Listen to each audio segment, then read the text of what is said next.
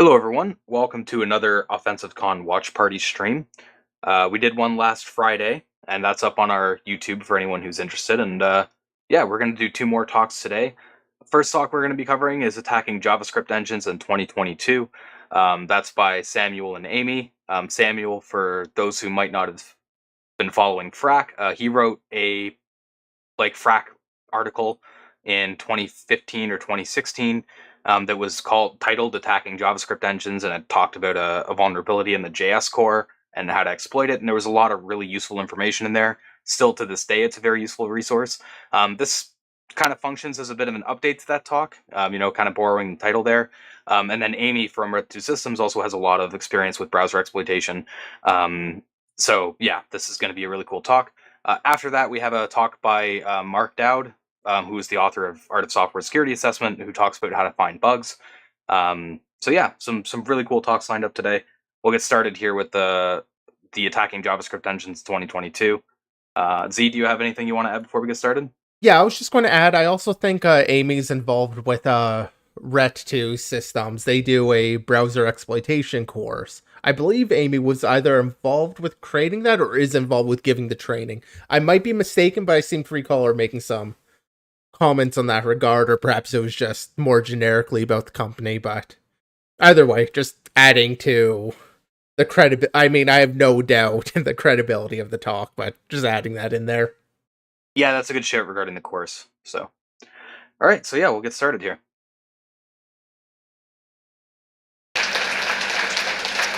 Thanks. Okay, hi everyone. Great to see you all here. I'm waiting for the slides. Okay. Let's see. And now how did I put this in full screen? All right, here we go. Yeah, welcome to our talk. I'm Sam, and together with Amy, we will talk about JavaScript engine security in 2022. It's going to be more of a high-level talk, so we're not going to do a deep dive into any specific bug. Instead, it's more of an overview talk. We do link to lots of resources for those interested in more details, and we'll also keep it light on JavaScript language internals. Also, we do need a little bit of that, so we'll start with that. For JavaScript, really the only thing you need to know for this talk is it's a very dynamic language. And so, for example, that means it has dynamic typing. So here you have a variable v. Here it's a number, but then nothing prevents you from setting it to a string, right? And then this variable slot on the stack, it's then a pointer to a string somewhere, or you can set it to an object, and then it points to this, whatever this is. And so all of this can change, right?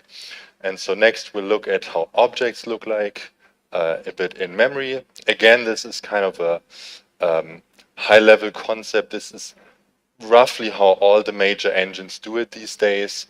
And so similar.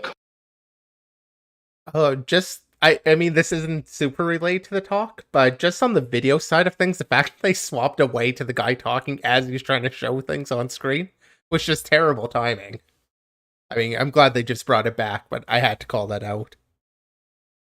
It's a bit interesting because I don't remember that happening at all with the last talk, like trying to do this transitioning stuff. But yeah, I imagine trying to be it's fancy, I guess. Yeah, I imagine there's somebody actually there deciding what to show during the live stream, and just whatever, made the wrong decision. Let's keep going. Bit right, you have you're creating an object with two properties, and so what you end up with is the object in memory, which has a pointer to a type or a hidden class. I think it's called hidden class just because it's similar to a class in C++ or Java, except it's hidden to the programmer.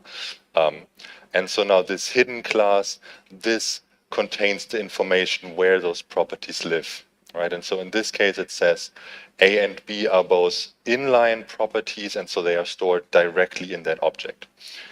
And here, if we were to load property A to print it, for example, what the engine does, it goes to this object, it goes to the type, to the hidden class, asks, hey, where is property A stored? That tells it it's inline in the object, and so then it goes and fetches it. So I will just quickly shout out this idea of like inline properties and these like slots and stuff. So useful for exploitation. These are basically like your fundamentals for deriving primitives. Is creating like fake objects, faking property pointers, and using that to derive like some kind of read and write primitives. So yeah, this kind of explains some of the internals of what's going on under the hood there a little bit. Yes, quick question for you, actually. Since he's talking about this is just really high level, it's just JavaScript objects and all of that. I'm assuming because I think on the intro on their intro slide they actually had several logos for different engines. So I'm assuming that's pretty consistent that like other engines kind of follow this similar sort of architecture, at least at this layer. Is that accurate? I think so. Yeah. I mean, I haven't looked at like Chrome or anything very much. For example, I mostly focus on WebKit. But from what I understand, for the most part, bar some like minor details, the structure is pretty like the architecture is pretty consistent. Yeah.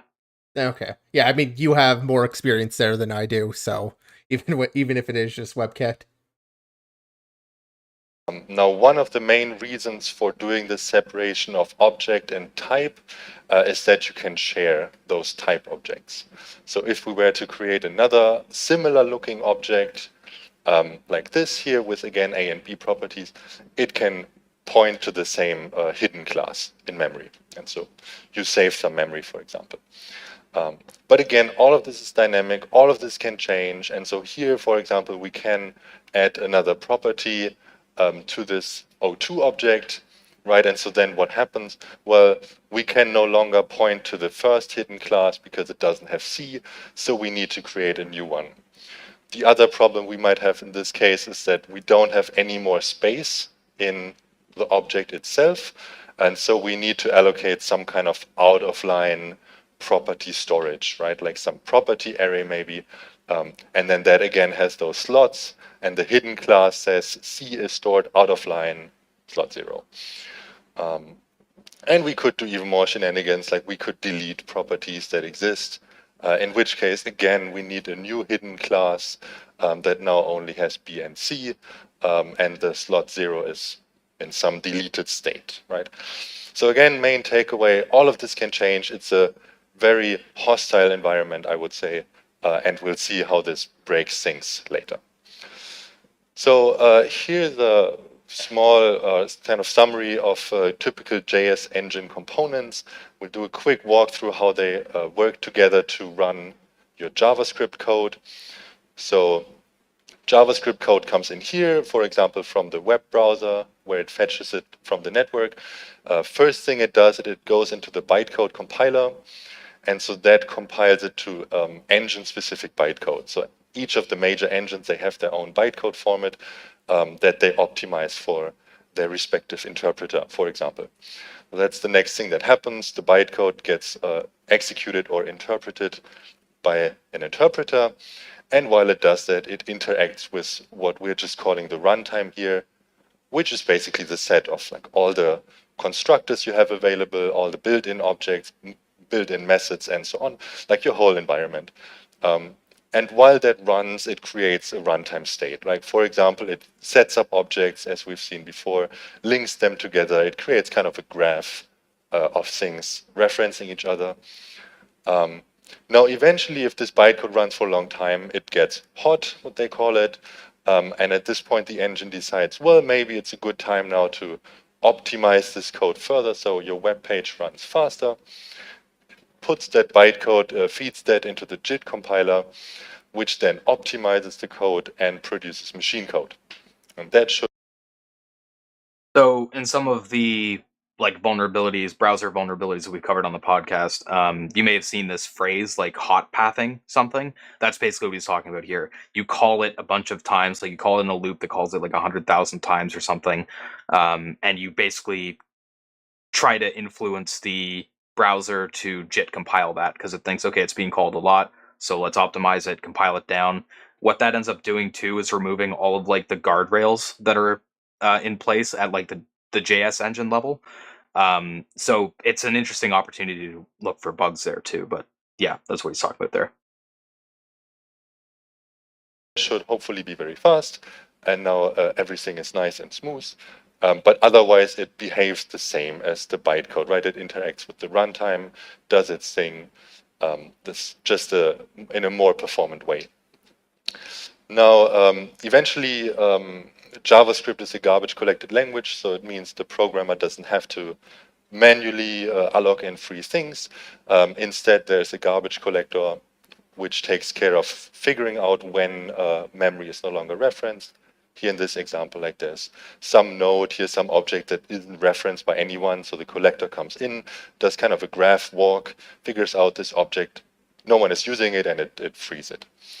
And then finally, there's also WebAssembly, which is integrated in the JavaScript engines.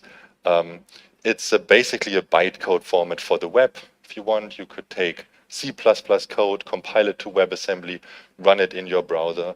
And this has a slightly different pipeline, but it's mostly really just the front-end part that's different. So there's a different compiler that takes the WASM bytecode format and converts it either again to some other bytecode or directly to JIT code.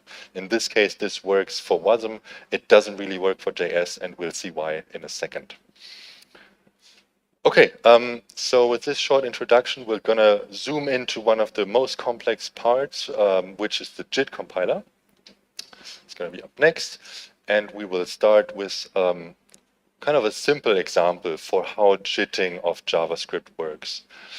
So here's some, I just made up this code here.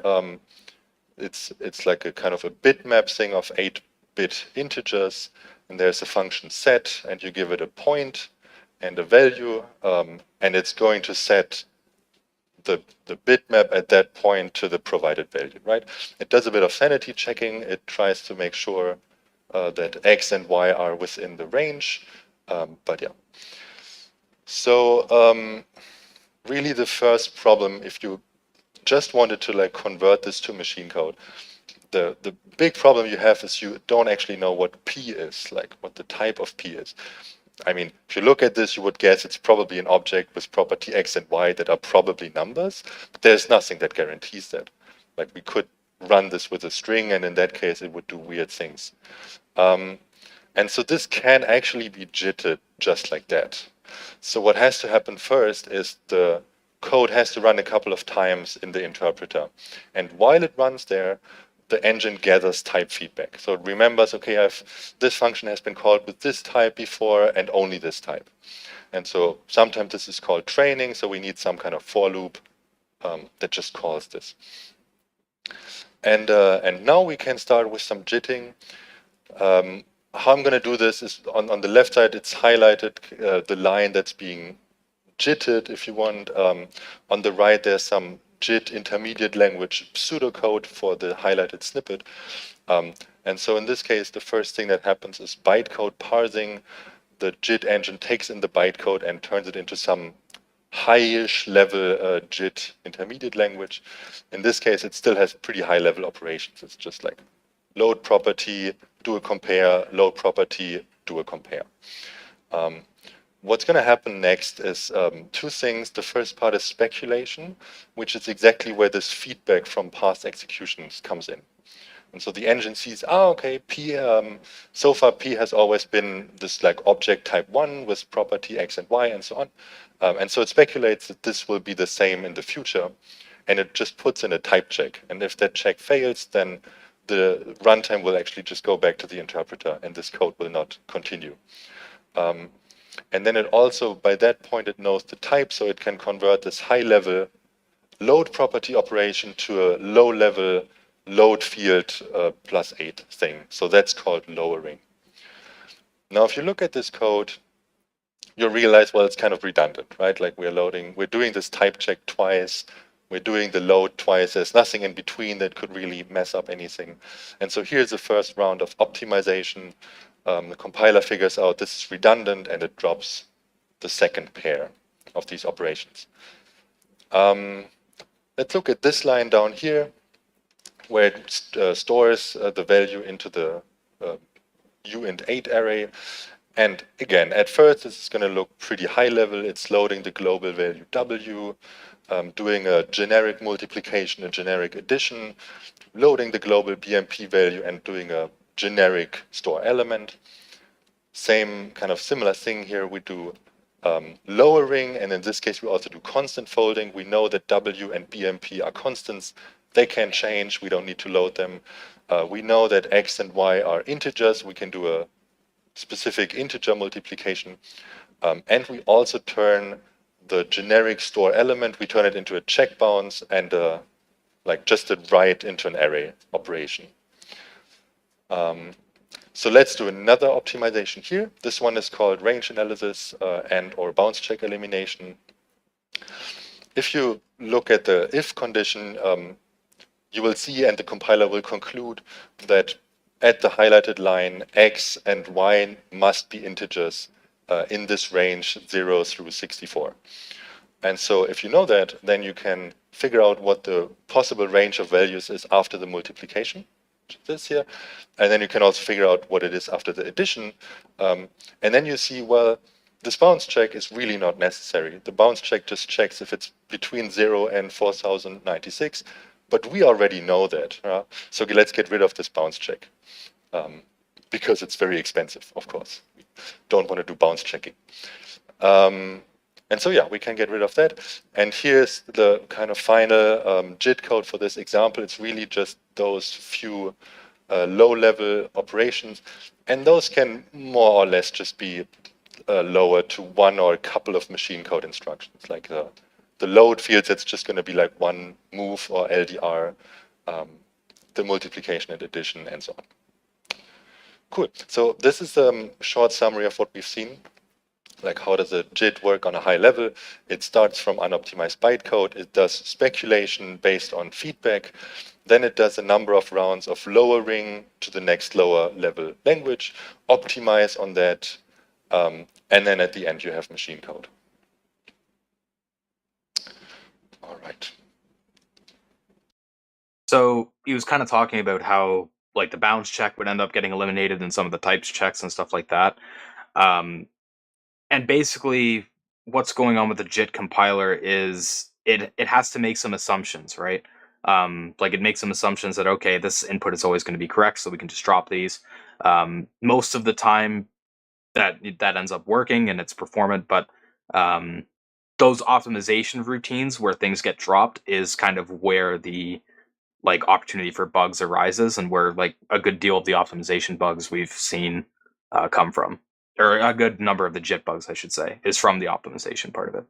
And I have to imagine he's going to be getting into some of those bugs and thus kind of giving the necessary background.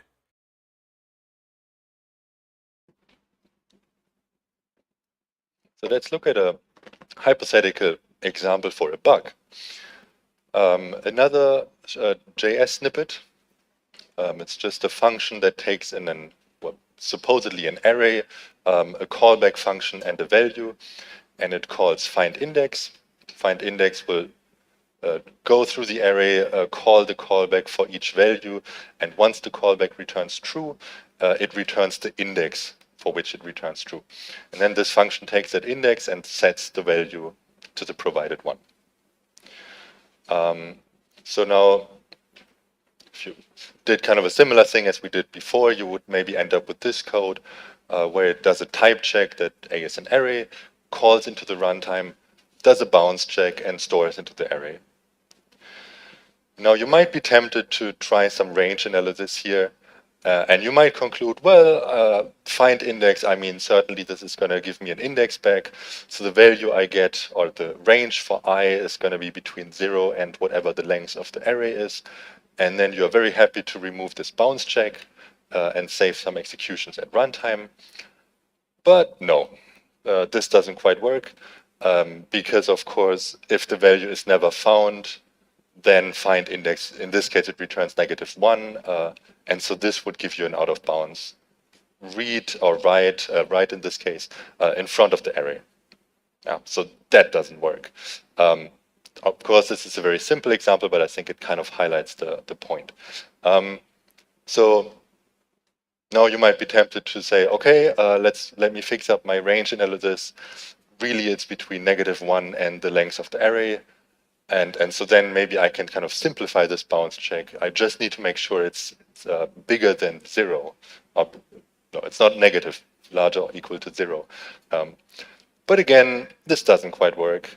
And now the problem is callback trickery. What you can do is in this callback that you give to find index, you could resize the array. You could just set its length to 0. The backing store would get reallocated or so. And then again, you get an out of bounds access into this array. So this is what I meant before when I said it's a pretty hostile environment. There's so many things that can change all the time. So you need to be very careful. Okay, so enough with hypothetical bugs. Let's look at some real bugs. So this picture, and no worries, we're going to go through it step by step.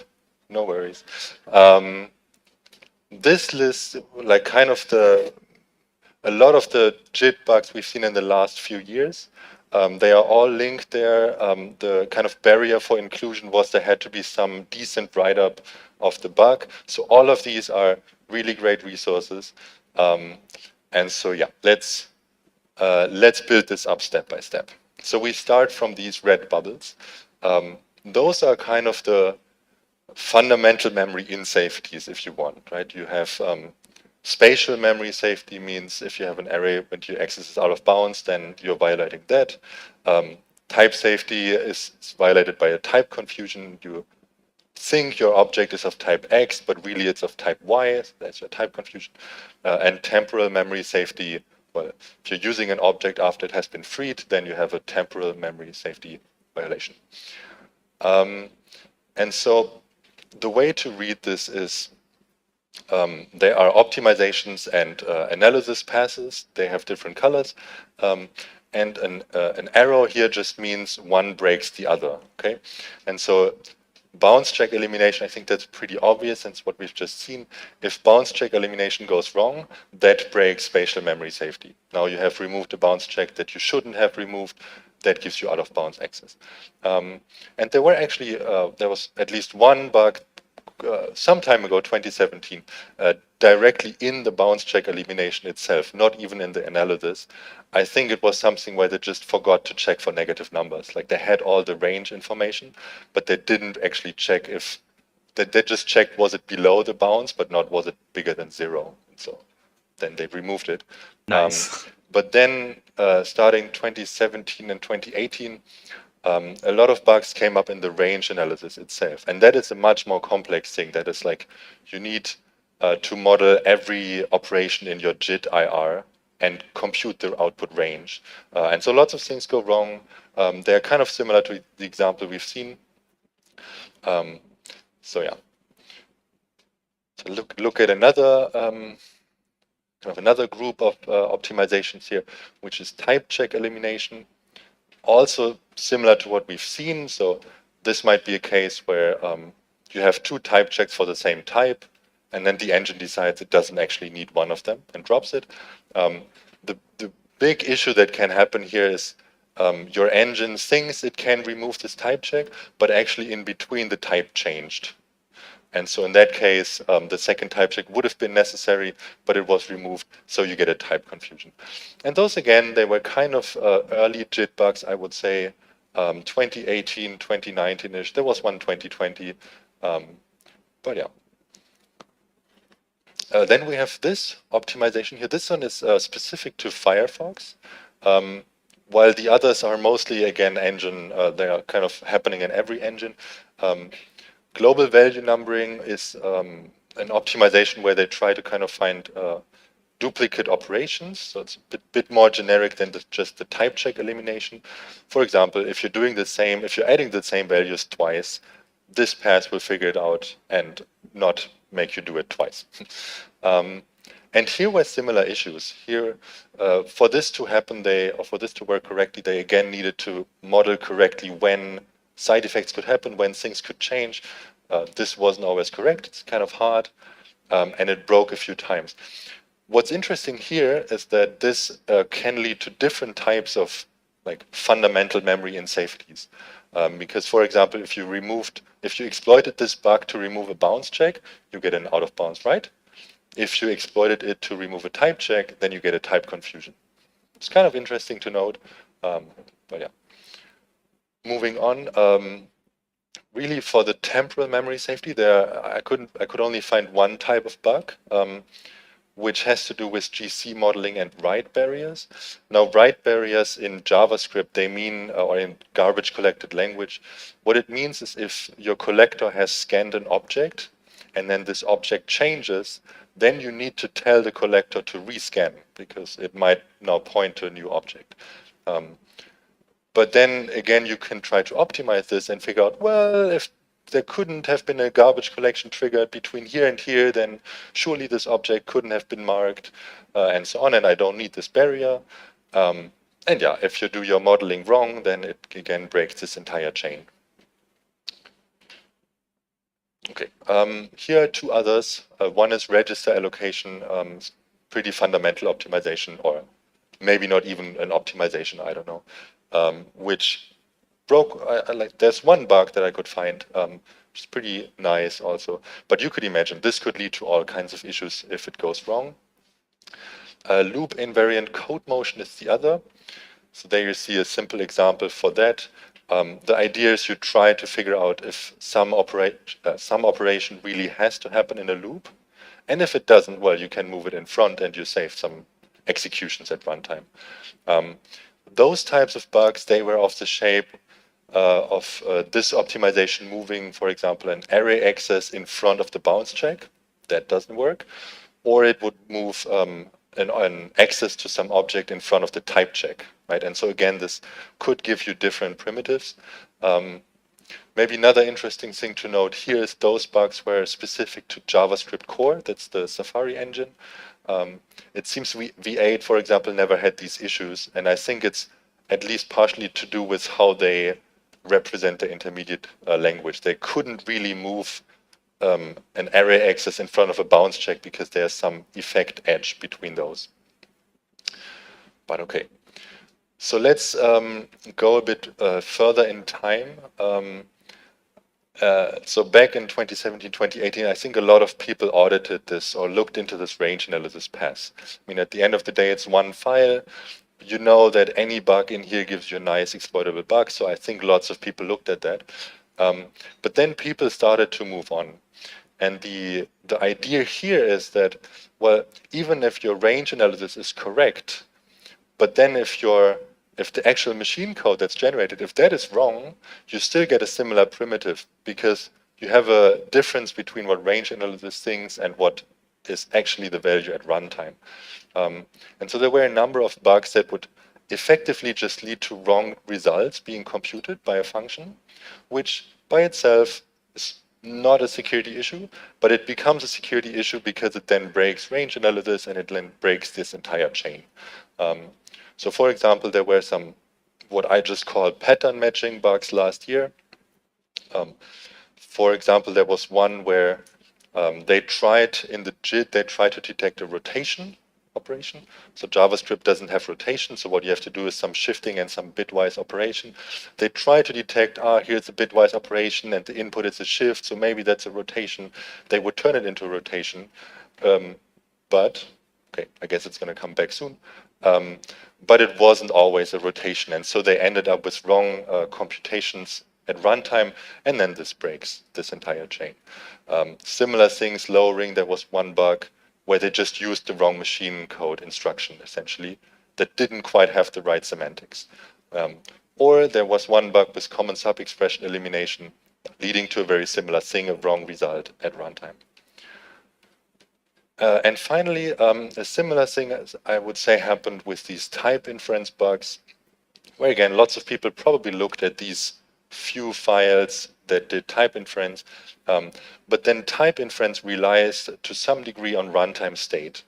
So in many engines, there's some objects can say, well, my property here is a constant, or this property has a constant type, it's never going to change, things like that. And so then, of course, if type inference sees that, can be like, oh, okay, well, if the runtime says this will always have this type, then I don't need the type check. And then those were bugs that didn't even necessarily happen in the JIT. They could have been elsewhere in the engine, and some of them were, but they kind of corrupted this or violated those integrity guarantees.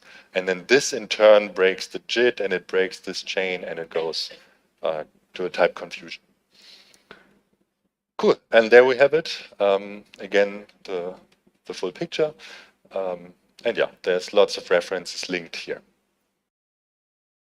Yeah, so I will mention there's slides. Actually, I should just pull them up. Actually, I'll drop a link in chat for anybody that's actually wanting to see there. So all of the CVs in here are clickable, and I mean, I haven't had much to really add into this talk, being that I don't do the browser exploitation, but that's an amazing resource. I mean, having it all laid out like this as just things that you can basically get started on and research, these terms, giving you a lot of starting places to go learn about the vulnerabilities that have been found already.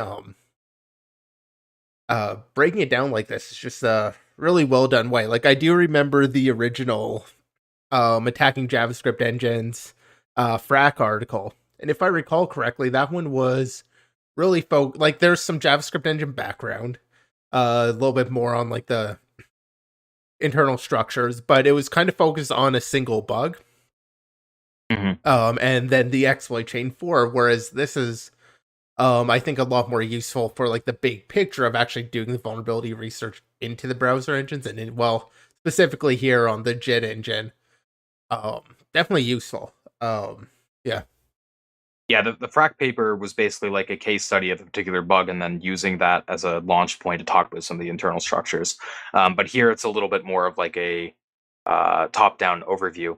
I do really like how it's laid out in the slide. This concept of looking at it as like showing like the different types of passes and what types of bugs you can have there, and looking at it in like a browser bug class kind of idea, and then just showing some examples attached to that.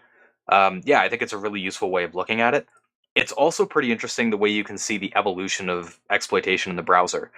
You can see like these different types of bugs, like type inferencing or whatever, with the CVE dates that are attached. You can see where attackers move to as certain attack surfaces died or just got picked over and then moved on to something else.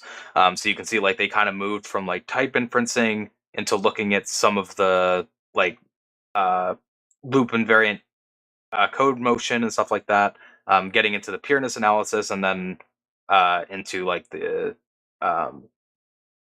the runtime state stuff. So yeah, like it's pretty cool to be able to see the timeline that's established by the CVEs attached to these examples, and yeah, I just think it's a really useful way of looking at it.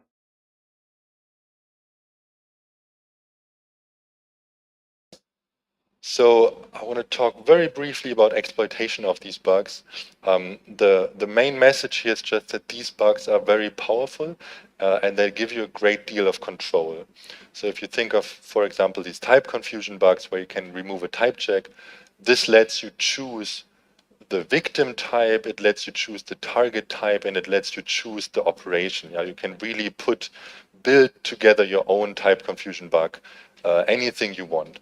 And it's a similar thing for these spatial memory safety and temporal memory safety things, where you can choose the array you are accessing out of bounds, the index, the size, and so on. So that really gives you properly nice exploitation primitives. Good.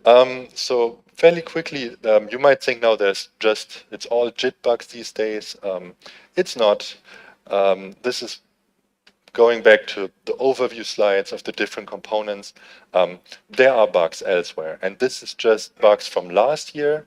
So the JIT bugs, they were from up to 6 years ago. So this is just from last year. And you kind of see there's bugs everywhere. There's plenty of complexity in these other parts.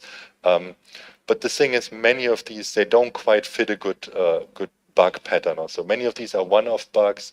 There was one garbage collection bug, for example, dealing with weak sets where they didn't scan in a certain situation, they wouldn't properly scan objects. There were interesting bugs in the runtime where they would leak internal values to script. There were kind of classic integer overflow bugs in the WASM compiler or other weirdnesses in the bytecode compiler. Yeah, I will just say, like, from the outside, it does seem like most of the exploitation, or at least what's being reported, is in the JIT compiler. And I think that's just because, like, the browser meta is very, like, path of least resistance, right? So for a long time, back in, like, the early 2010s or whatever, the path of least resistance was the JavaScript core, looking at, like, array operations and slice and things like that. But as that started to get picked over and like, more well audited, then it started, becoming like the JIT compiler and stuff, and then WebAssembly, just kind of shifting into like what is the newer, really complex target that might not be as audited. But yeah, obviously, like you're saying here, like even though some of those other systems, like the interpreter or the garbage collector, are older, they're still really complex. So yeah, you're still going to get bugs pop up occasionally. But yeah, again, lots of links here if you're interested in more details. And at this point, I want to hand over to Amy for exploitation and mitigations.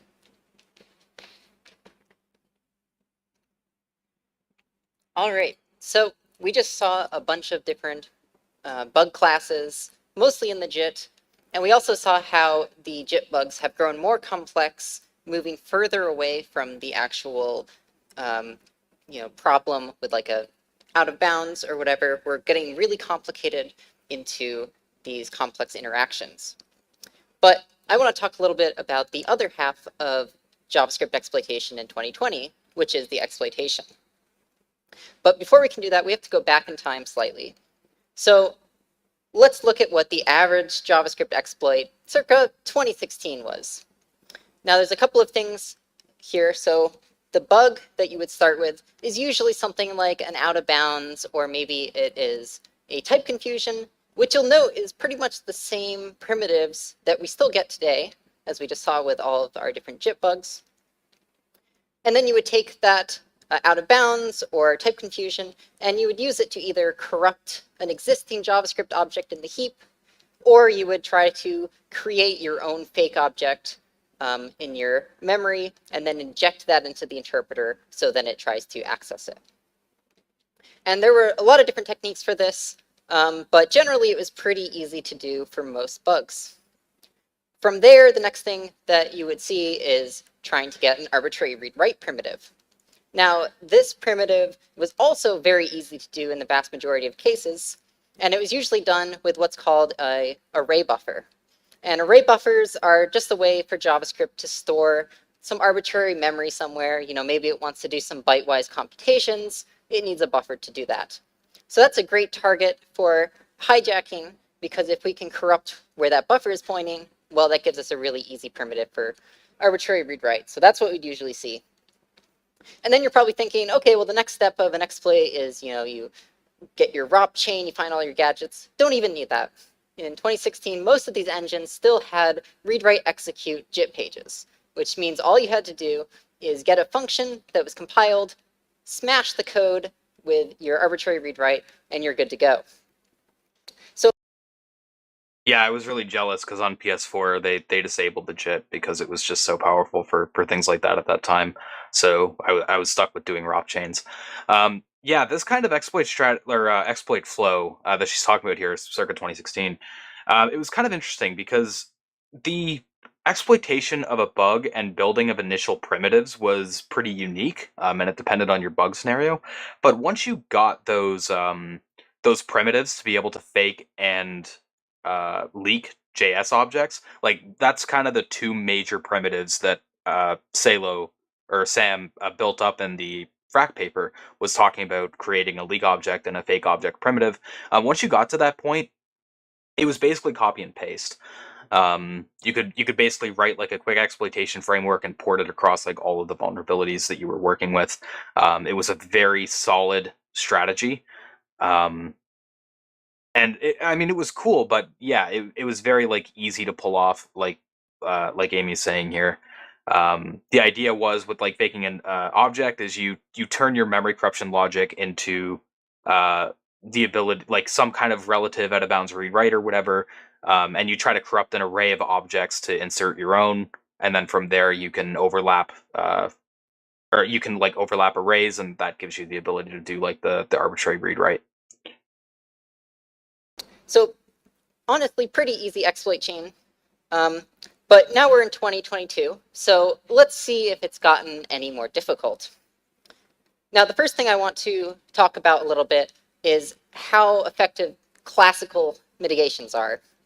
I'm sure a lot of you probably recognize these: ASLR, dep, stack cookies. But honestly, these are not very important when we're exploiting JavaScript, partly due to how powerful JavaScript is in the first place. The primitives that we get from the types of bugs that we're looking at usually give us a way to read memory either out of bounds or potentially confuse a pointer with like a floating point so that we can read it and leak that memory. So ASLR, most of the time, you do not need like a second bug or anything like that to bypass. Additionally, for dep or NX, where it's trying to prevent you from having your own executable shellcode, well, that doesn't really matter because we have a JIT. And regardless of being able to write the code into the JIT, we can also trick the JIT compiler into adding our code there anyway through various methods. So that doesn't really matter either. And then finally, stack cookies. Most of the bugs involve the heap. We very rarely see something that's just like a stack overflow. A lot of this stuff is logic bugs, so stack cookies don't really have any effect. But what about more modern mitigations?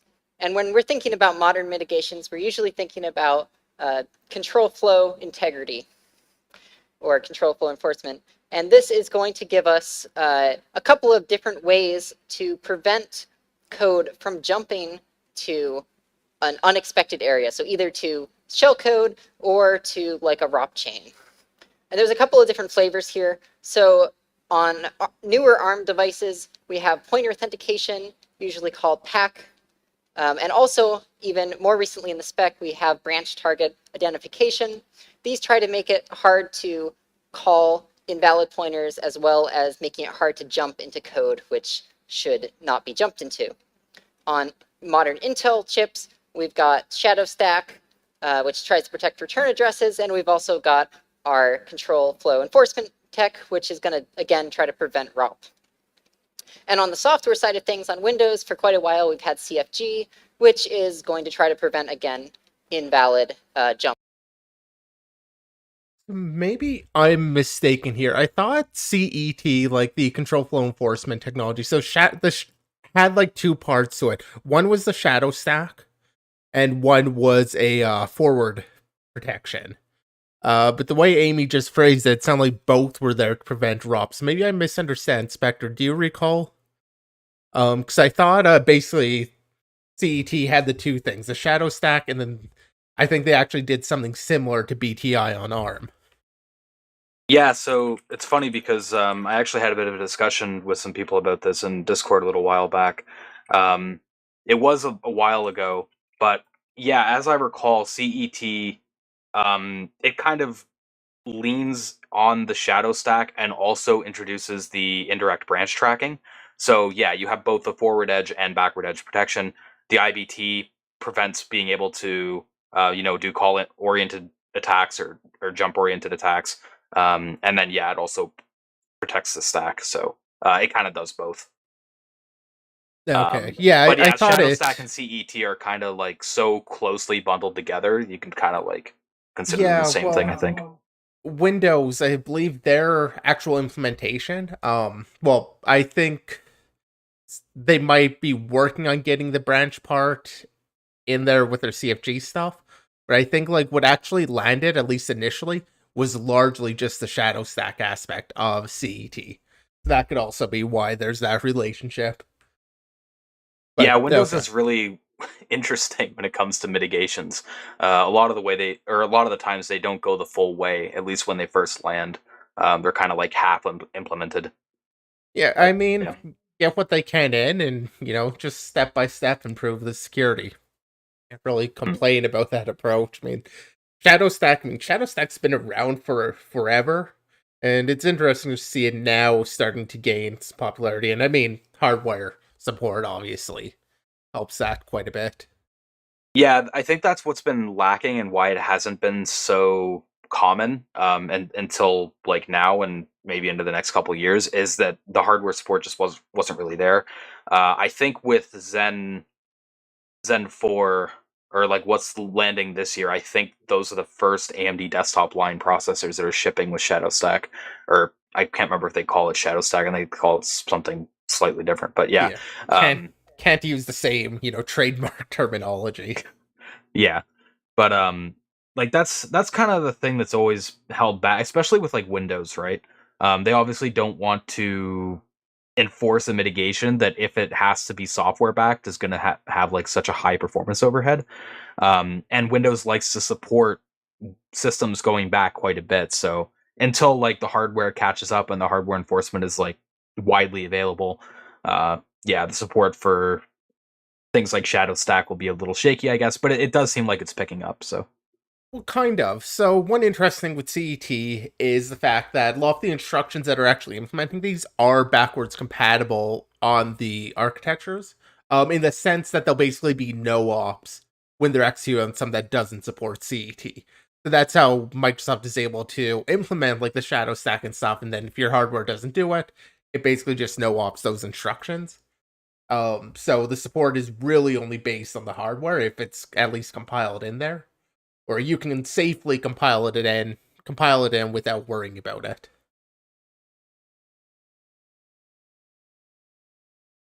But doesn't really do a whole lot for return addresses. So, okay, it's 2022. We've got modern hardware. These should all be helping us out here. But when we actually go and look at the implementations and support within our JavaScript engines, it's mostly not there yet. The one that we kind of do see and we'll have to deal with is point authentication on our Safari devices. But V8 and Chromium, they're still working on having full implementation of a lot of these. Now, Chromium does support some of these pretty well, but the problem in a lot of these cases is the compiler. The JIT doesn't really have full support for these, which makes it fairly easy to bypass in a lot of cases when we're dealing with just the JavaScript engine itself. Now, of course, some sorry, I know we just paused, but I will quickly comment here. This is just something where it's been crazy to see the disparity between like Google and Apple in the mobile space. Apple's been really, I mean, it kind of makes sense because Apple controls the ecosystem, but they've been like really solid with pushing out mitigations. They were the first to support pack, and they had it working like pretty much out the gate.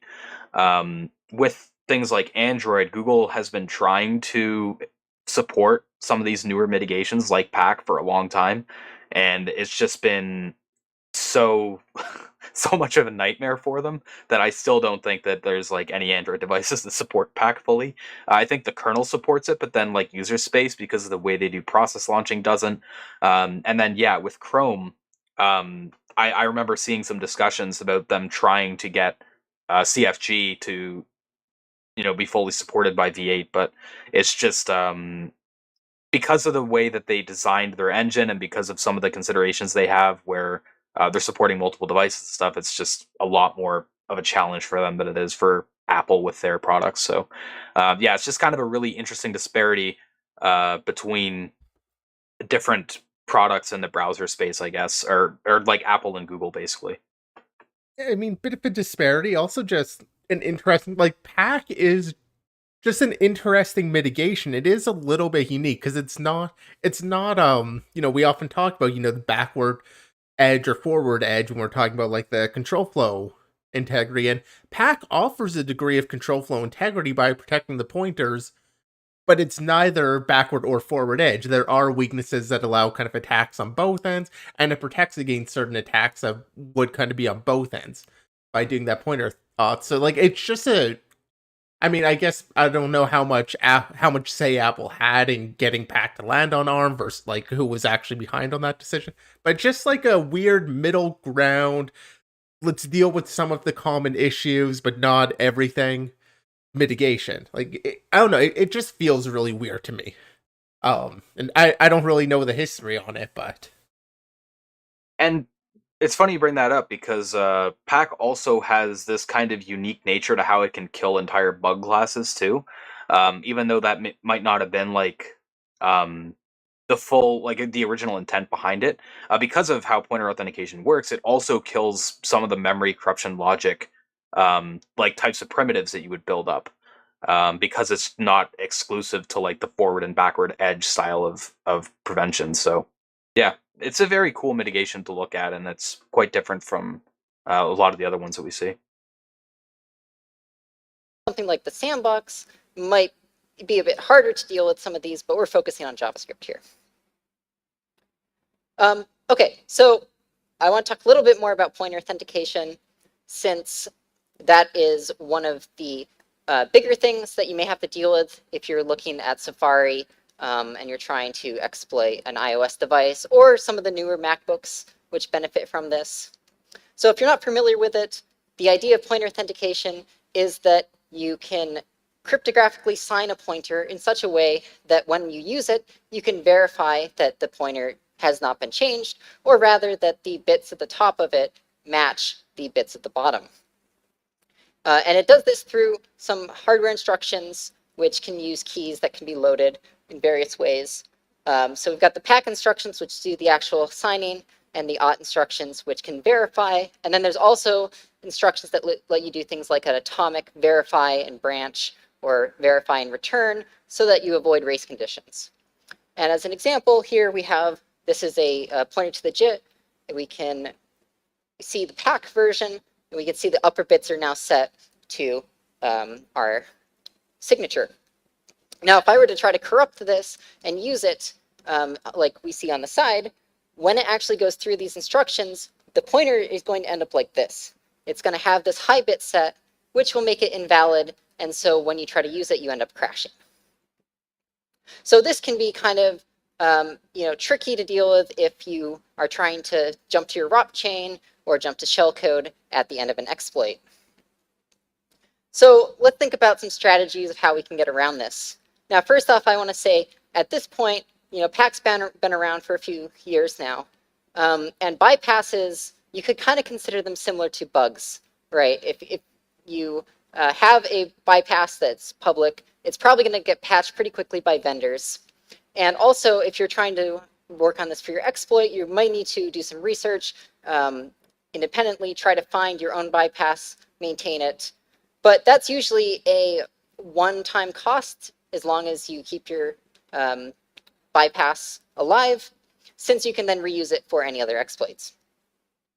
But just to give you an example of what some of these bypasses might look like, and these are really strict bypasses where you end up with a pointer, like an arbitrary pointer that you can sign, or a pointer that just jumps somewhere that it's not supposed to.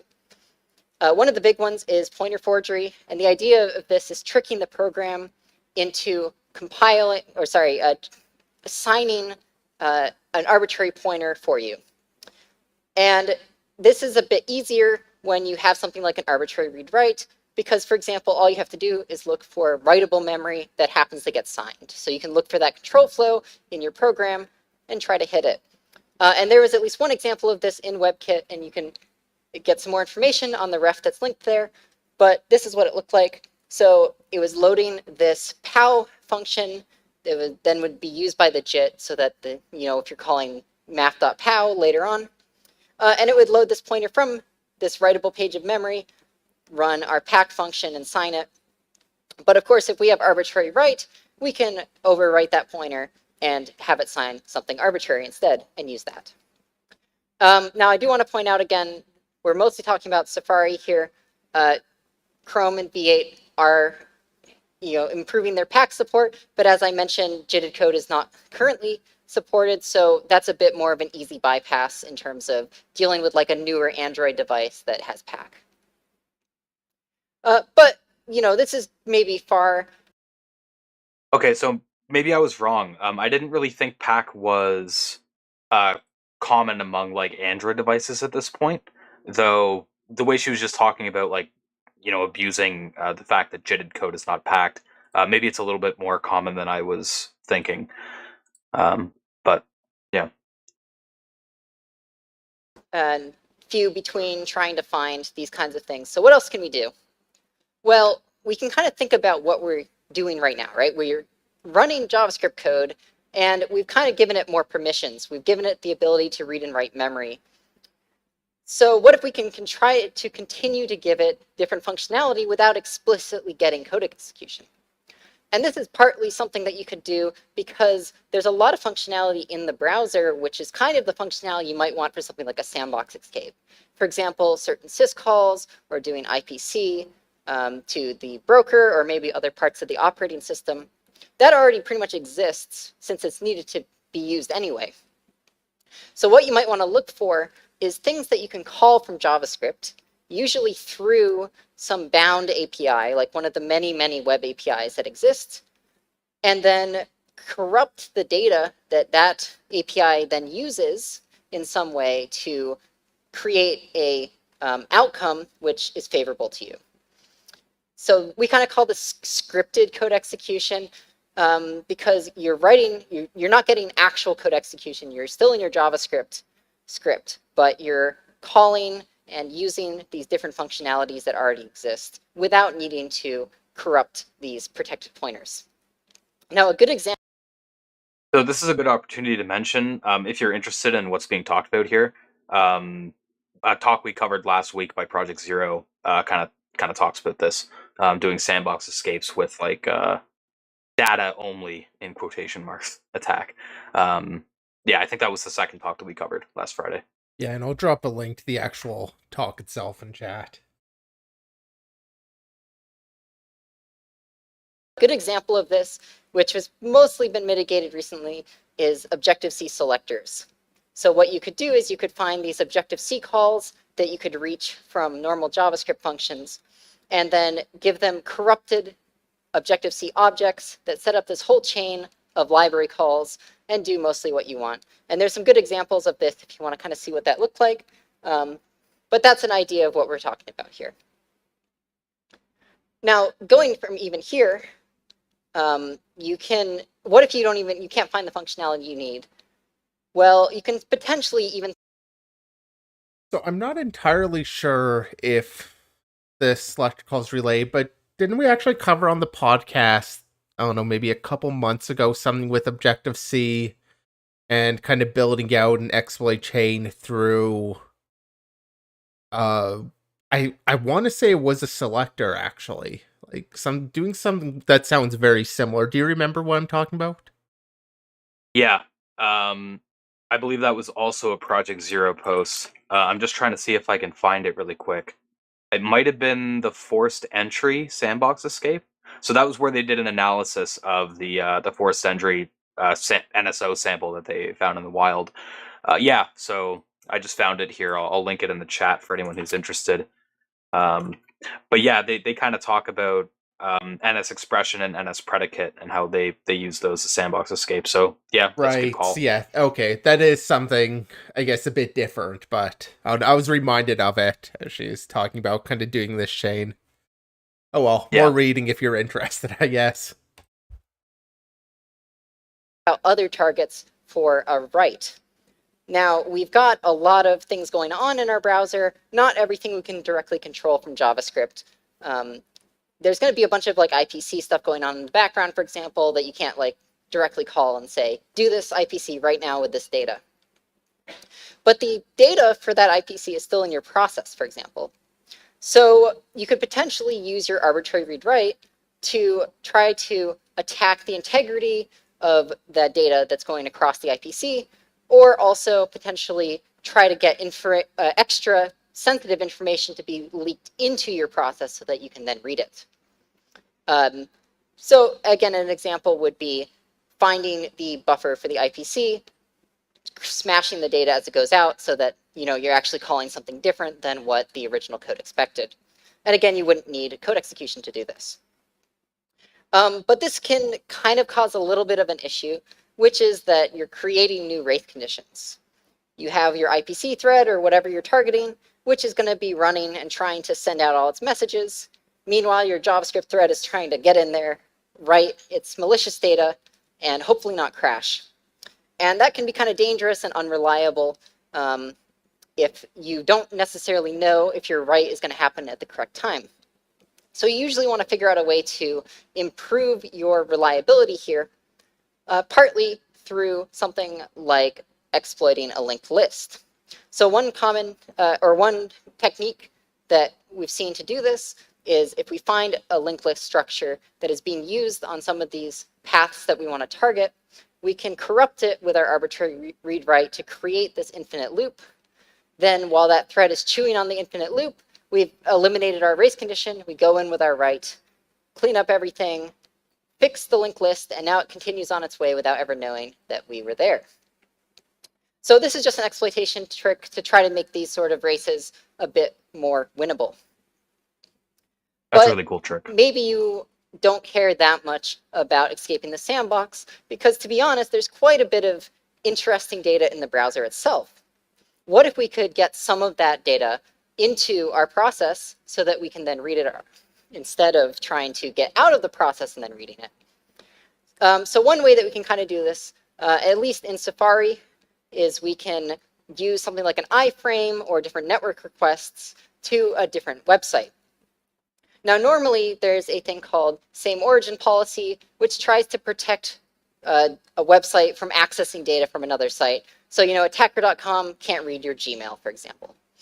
But if you were to load a site into an iframe, the process needs to actually be able to access that iframe to do things like sending messages. And in a lot of cases, it needs to figure things out like, if you click somewhere on the screen, it has to get into that iframe and process everything that's happening. And so, historically, the easiest way to do that was to just put that data in the same process, so you don't have to worry about going between processes every time. But this creates a problem where now a compromised process can read that data, potentially inject scripts into that site, compromise the accounts that are logged in, potentially mess with persistent data, potentially even do something like install a service worker so that later on when the site is accessed, you still have your JavaScript execution in that site. So this is actually pretty effective if you have sensitive data in the browser itself, which is one reason you may want to have things like cookies turned off or automatically log out of things fairly often. But anyway, this has been slightly mitigated in at least 2 browsers more recently. So both Chrome and I believe Firefox in like one of the most recent major updates, or maybe it's on nightly right now, have implemented a thing called site isolation. And the idea of site isolation is that rather than having our iframe inside of the current process, it's actually going to be in a separate process reserved for that site. So we can no longer directly access that data, and instead we have to go through the IPC. So this kind of solves that problem. Now there's a few kind of edge cases there, like subdomains can be in the same process unless you turn on some better settings. But they kind of want those off because the more processes, the more memory usage, and Chrome already uses so much RAM anyway. So anyway, this is one thing that you can still do, at least in Safari. Okay. So at this point, we kind of get the idea that the first part of our exploitation is pretty easy still, but now it's maybe a little harder to get our end game. But there's multiple things that we can do. There's different strategies we can take depending on what our goal is in our exploit. So it's not really like game over yet. It's still fairly viable to complete this and go for like a sandbox escape. So maybe the vendors have started looking a little bit further up and trying to see, well, this arbitrary read-write is really powerful. Can they mitigate that to make it harder for an attacker to get that primitive in the first place? And one way that this has started to being done is through pointer caging. The idea of this is that if pointers can be restricted to only go into certain regions of memory, then even if you have an arbitrary pointer, you can't really do a whole lot with it if all you can do is access a certain heap region. So the first real implementation of this is in JavaScript core, which is again Safari's JavaScript engine. They call it GigaCage. And it's essentially this large region of heap memory, which you can then tag any pointer. So you can see here, there's this thing called caged pointer. You can put that type on any pointer you want, and it will force it to always point into this cage. And it essentially does that by masking off the upper bits and just adding it as an offset. So really, it just turns it into an offset into the heap rather than an actual pointer. And you can see the first thing that they really applied it to was the array buffer. As I mentioned before, a lot of older exploits, pretty much every time they use array buffer, so easy. So this makes array buffer less viable. But there's kind of a few, well, actually, first, so here's an example of what this looks like. It also has these runways on either side so that you can't just go out of bounds with like a very large length and a very large offset. That's guaranteed by 32-bit integer lengths. And then, of course, if you corrupt it, it's all going to force it into offsets into this cage. Additionally, they try to keep anything sensitive out of the cage. So it's mostly just data that doesn't really matter if it's corrupted. So it's like you can't really leverage that right into something more interesting. But there are a few issues with this implementation. One of them is that the devs themselves have to protect each of these pointers one at a time. They have to explicitly add that type to any pointer that they think is vulnerable. And then also you have to guarantee that they're using the correct implementation of the uncaging everywhere. And this is a big problem for the JIT, where there's tons of optimizations, there's tons of different ways that these pointers can be accessed. So that's a lot of modification that has to be done to ensure that the caging is being done correctly. Additionally, there's just tons and tons of different pointers in the code.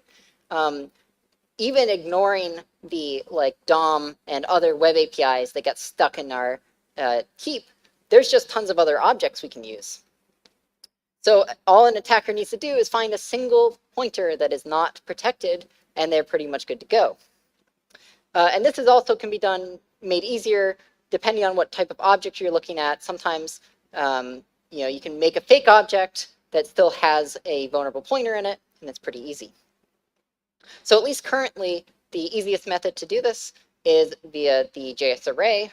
This is a very common data structure. It's used for almost all the different objects which are going to be in your normal scripts. So part of the issue I think that they haven't caged it yet is, again, the JIT. It's just very difficult for them to implement all of that in a way that is perfectly protected. So right now you can take your butterfly, which is just the data pointer in our array. You can point it at something else, and as long as you have this non-zero value, which is the length, which it's going to check to make sure that you can access that memory, you'll be good to go. Now this is slightly limited. There's also a little bit of an issue with some certain bit patterns, but I'm not going to get into that. But generally what you'll see is this is the initial read-write primitive, and then it's used to corrupt a more complex structure that has a better way to do a read-write to get pretty much unlimited arbitrary read-write. So GigaCage doesn't seem like the best right now. Maybe they could put a lot of effort into it, but when you think about what's really required, you're going to start finding that you need to make sure all the pointers in your heap are protected by a cage in some way. And part of the problem with this is there's a lot of external pointers that go to other things. Like I mentioned, the web APIs, the DOM, all kinds of metadata pointers. These would also have to be caged or removed from the heap.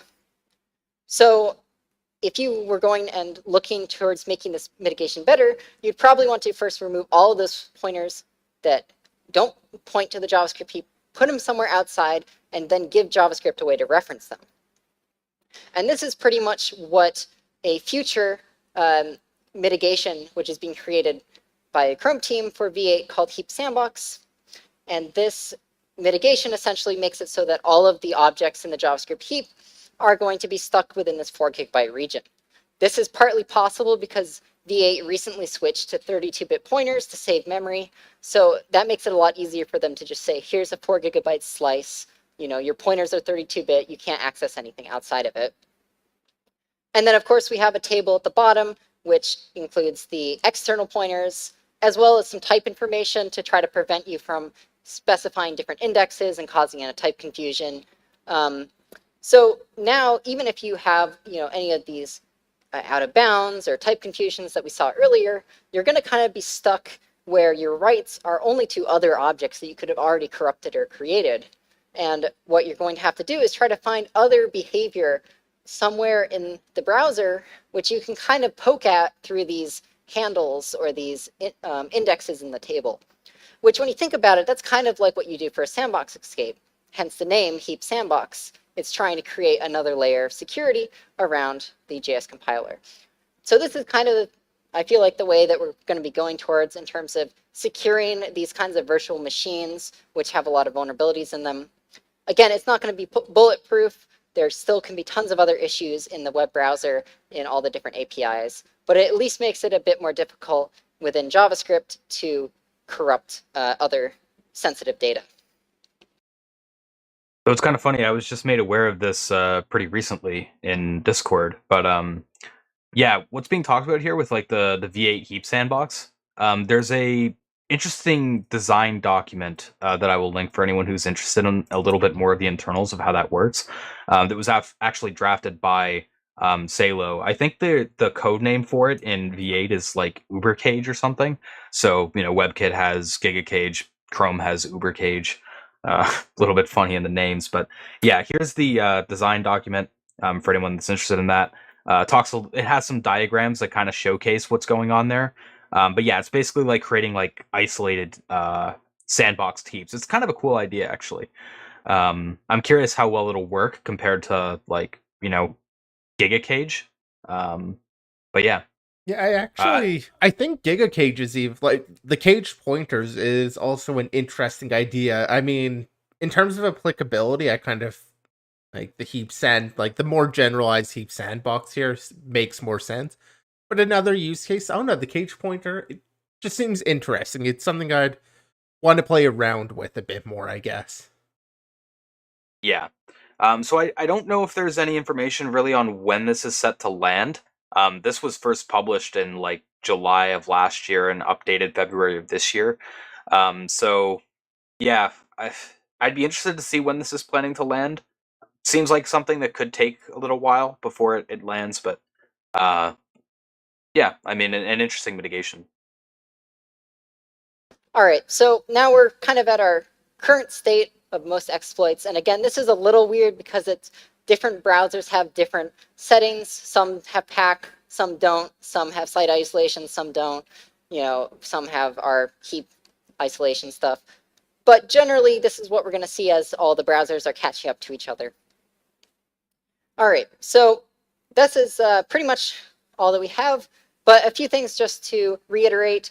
So we saw that there are fewer bug classes. They're more focused on the JIT recently, and outside of the JIT, there's only been a couple one-off bugs and parts of the code. Less vulnerability classes, but more complex bugs. Additionally, there isn't really much difference in the early stages of exploitation. It's pretty much the same as it's been for years. But the later stages are a little bit trickier in some cases, but not too bad. Future mitigations, though, are starting to look worse, as all these other CFI implementations come in, as they patch more bypasses. It is going to become harder and more of a concerted effort to actually bypass these things. But it's still not completely bulletproof. All right, so that's all we've got. Thank you very much. I guess if there's some questions, there's a microphone over here.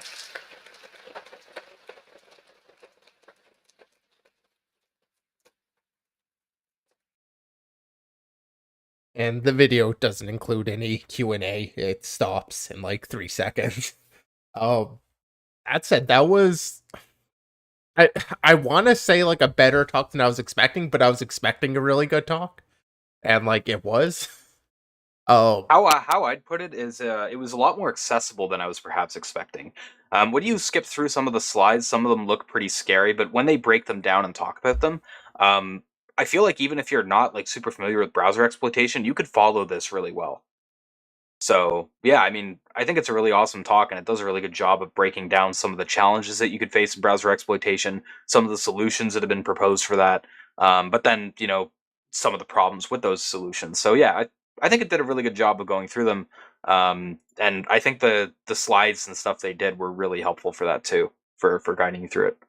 Oh, and I got a message on Discord during the talk there. I did have it, I guess, confirmed here that the CET implementation, or well, what Windows is using of CET is they use the shadow stack, and they're still using their extended flow guard when it comes to the more traditional control flow guard implementation.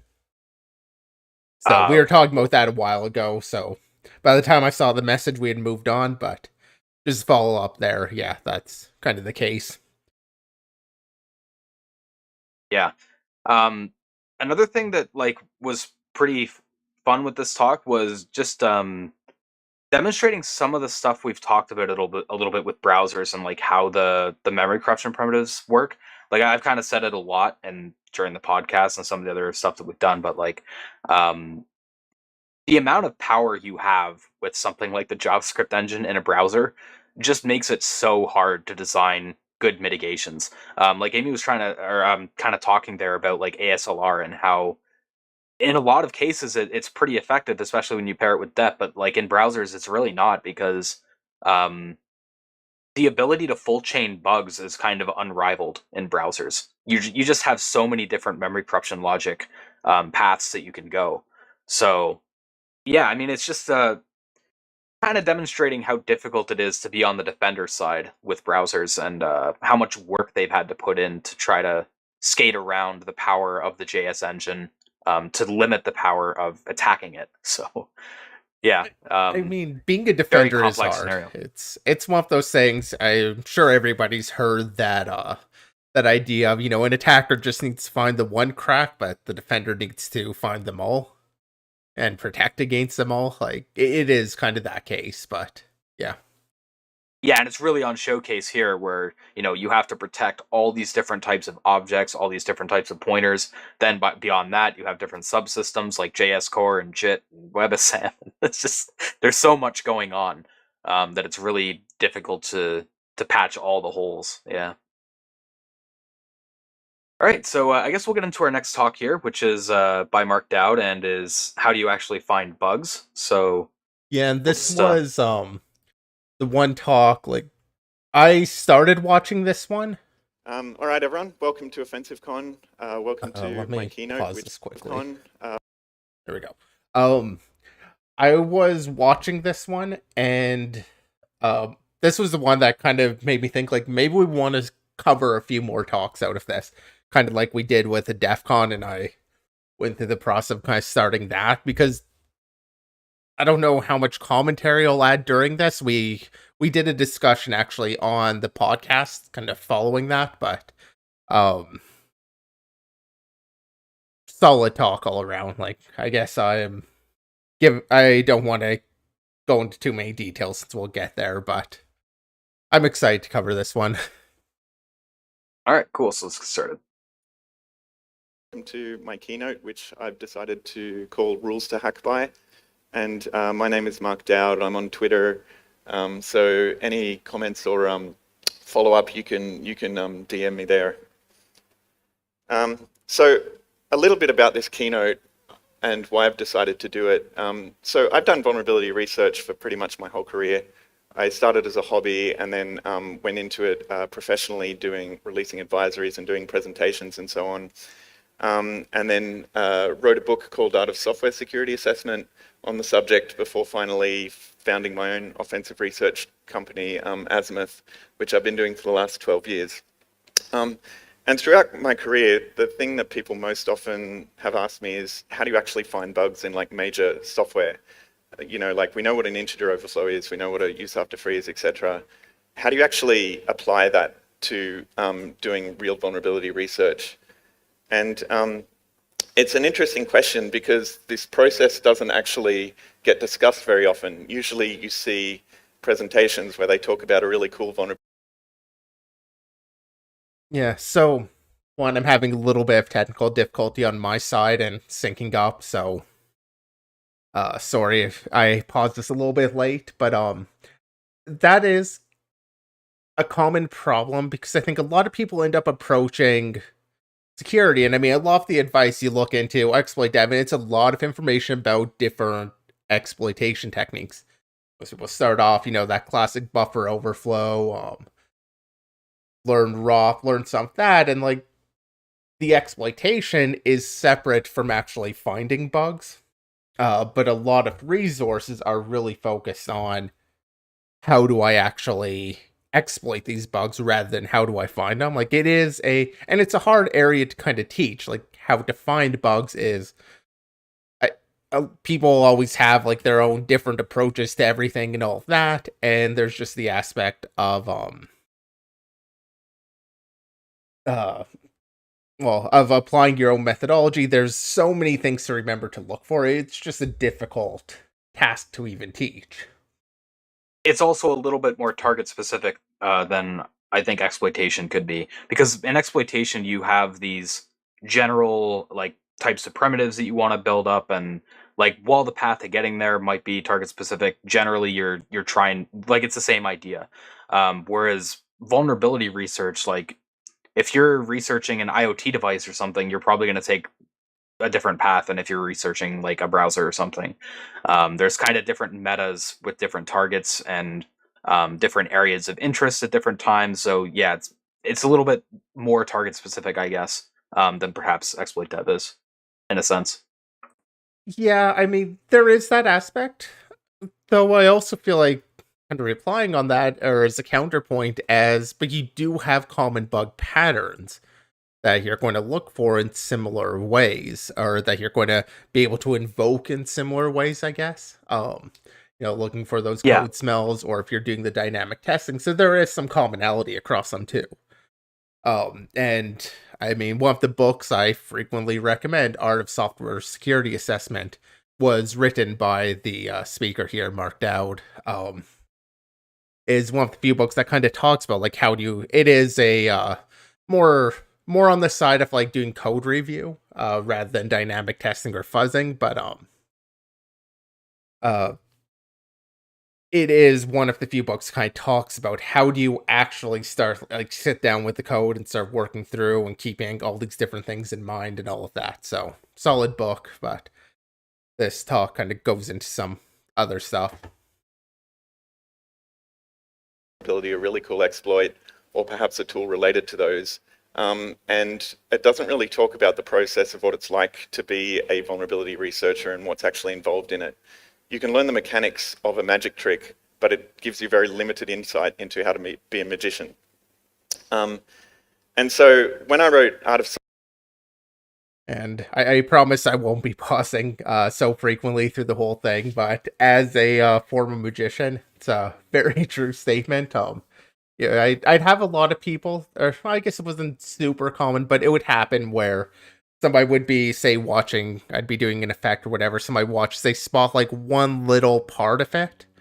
And it's like, I have this entire routine laid out, and it's like, they realized I did a double lift in one place, and it's like, oh, I figured out the entire trick. In reality, like, even if you knew all of the sleight of hand involved, like, there's still so much more involved to it, and that really applies, I think, with the exploit dev. Is like, you might know how to exploit them, but there's everything that goes into making that exploit happen beforehand. Software security assessment, I was trying to share some of this knowledge, and at the time I was focused more on the technical aspects of it, because there wasn't really a compendium of information like tying together different bug classes and things like that. So that's mostly what that book was. And even though it did talk about methodology and things like that, it was kind of limited. So today, really, what I want to talk about is some of the rules that I've sort of developed over my career of how I do vulnerability research. And obviously, every researcher does it a little bit differently. They have different procedures and techniques and stuff. So your style and mileage may vary, but I know that speaking with other people in the industry and within Azimuth, that there's common elements that most successful vulnerability researchers sort of know, but it kind of gets left unsaid. And so that's what I'm hoping to talk about today. It's a pretty high-level presentation as it's a keynote, so I'm not really going to go into too much technical details. And so I'm kind of hoping that there's something in this for everyone here. First of all, for non-practitioners, they'll get an idea of, what it's like being a vulnerability researcher and what kind of things you deal with. For juniors in the field, hopefully there'll be some actionable advice that they can take away from here. And then for senior researchers, I think it'll be interesting to sort of compare and contrast some of the techniques here. Maybe you get some ideas, or better yet, maybe you have some ideas that I haven't thought of and can come and tell me later. Because, I mean, why should you guys get all the benefit? And so, basically, I'm hoping this will encourage, sharing of those other experiences from other researchers, and start to demystify, this practice, because a lot of people seem to think that you either are a vulnerability researcher or you're not capable of it, and I don't really think that that's true. Before I go on to talk about the actual auditing stuff, I want to talk a little bit about the temperament of vulnerability research and the mindset, because I think this is one of the key differentiators between what makes someone good at vulnerability research and what makes them burned out and horribly depressed. So there's a couple of things I want to go over here. First of all, if we think about temperament, it's no surprise that vulnerability researchers have a curious nature and are very detail-oriented. But I think one of the more important things to take into account is when you're doing vulnerability research, you're constantly digging into code that is evidence to you that you don't really understand a lot of the technology that you think you do, or you don't understand it quite as well as you think you do. There are a few jobs, as I put up there, where it is more apparent that your understanding of technology is quite wrong. And so being able to take on that new information in a positive mindset is, I think, what makes people successful. And even more so, vulnerability research is dealing with constant failure. I know this sounds super bleak, but it's actually a pretty fun job. And if you can deal with failure constructively, I think that is basically one of the most key skills in being a vulnerability researcher. People that don't do this naturally, I think that by becoming aware of this and sort of developing strategies for themselves can help improve their vulnerability research in addition to just having their technical knowledge. So talking... And I mean, I'd say frustration on there, kind of dealing with the failure, but can be very frustrating at times, especially when you think you understand something you don't, or you don't actually. Yeah, I mean, very frustrating. I think you have to learn to kind of deal with that and just take it as it comes. Talking about failure, first of all, dealing with failure is a very constant part of vulnerability research.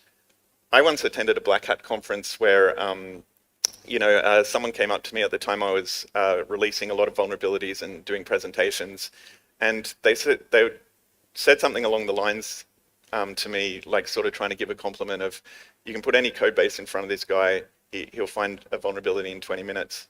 And I was struck at how wrong that was, because I fail all the time. In fact, most of the time when I'm doing vulnerability research, I'm failing at it. But of course, this guy just sees the advisories and presentations and thinks everything I'm doing is turning to gold or whatever. I don't know how other people deal with this failure, but I know some of the strategies that I've used. The first main one that I really would say is that I always have two projects going on when I do vulnerability research.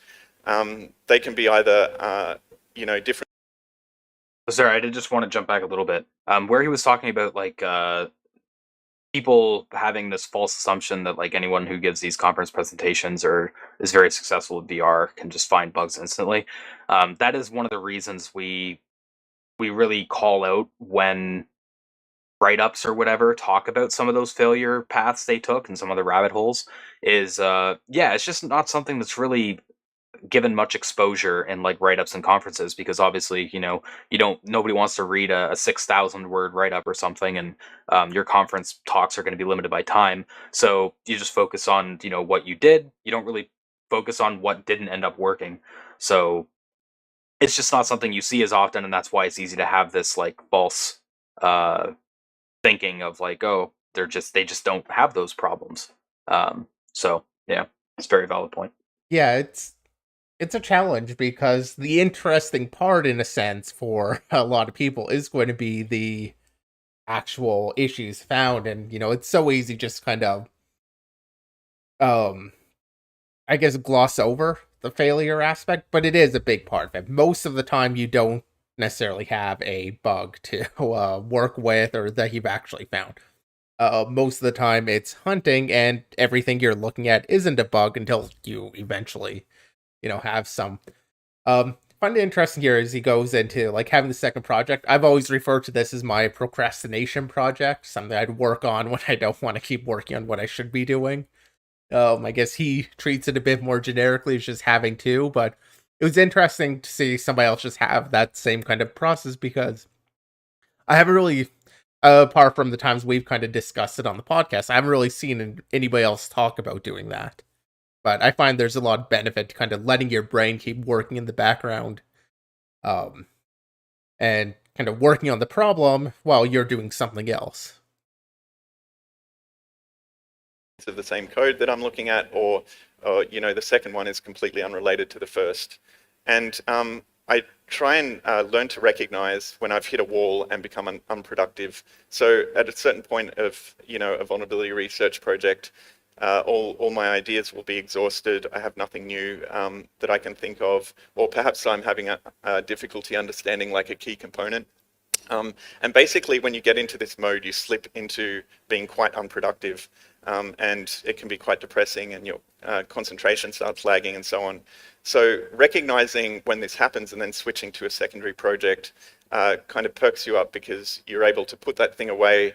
The frustration dissipates because you can make progress on a different project. And not only that, I think that by putting something away for like a day or a week or whatever, it percolates in the back of your mind. And some of the best ideas you have with vulnerability research come from when you're not actively doing something, but when you've got all the facts and it's just sort of happening in the back of your mind. Even better is if your second project is a development project, because unlike vulnerability research, you can do sort of an achievable and measurable task. You can go and do that feature that you've been meaning to do, and it's something that is concrete and you can measure it and sort of, get a sense of achievement and get your motivation back before switching back to the other thing. Now, even doing this strategy, of course, perseverance is really important, and going back to things and trying to overcome, trying to look at code until you find vulnerabilities. But at some point, you switch away from a project and go back to it two or three times, and you keep hitting the same wall. You're not getting any new ideas. It's not really working for you. And this can be a massive drag on motivation and confidence. And it's really hard to put away, because there's a sunk cost fallacy where you're like, I've spent all of this time learning about this code base. I know everything about it, and I can't put it away till I find something cool. But what you have to realize is that even if you put it away, the project is not a waste of time. The intent is to return to it in future.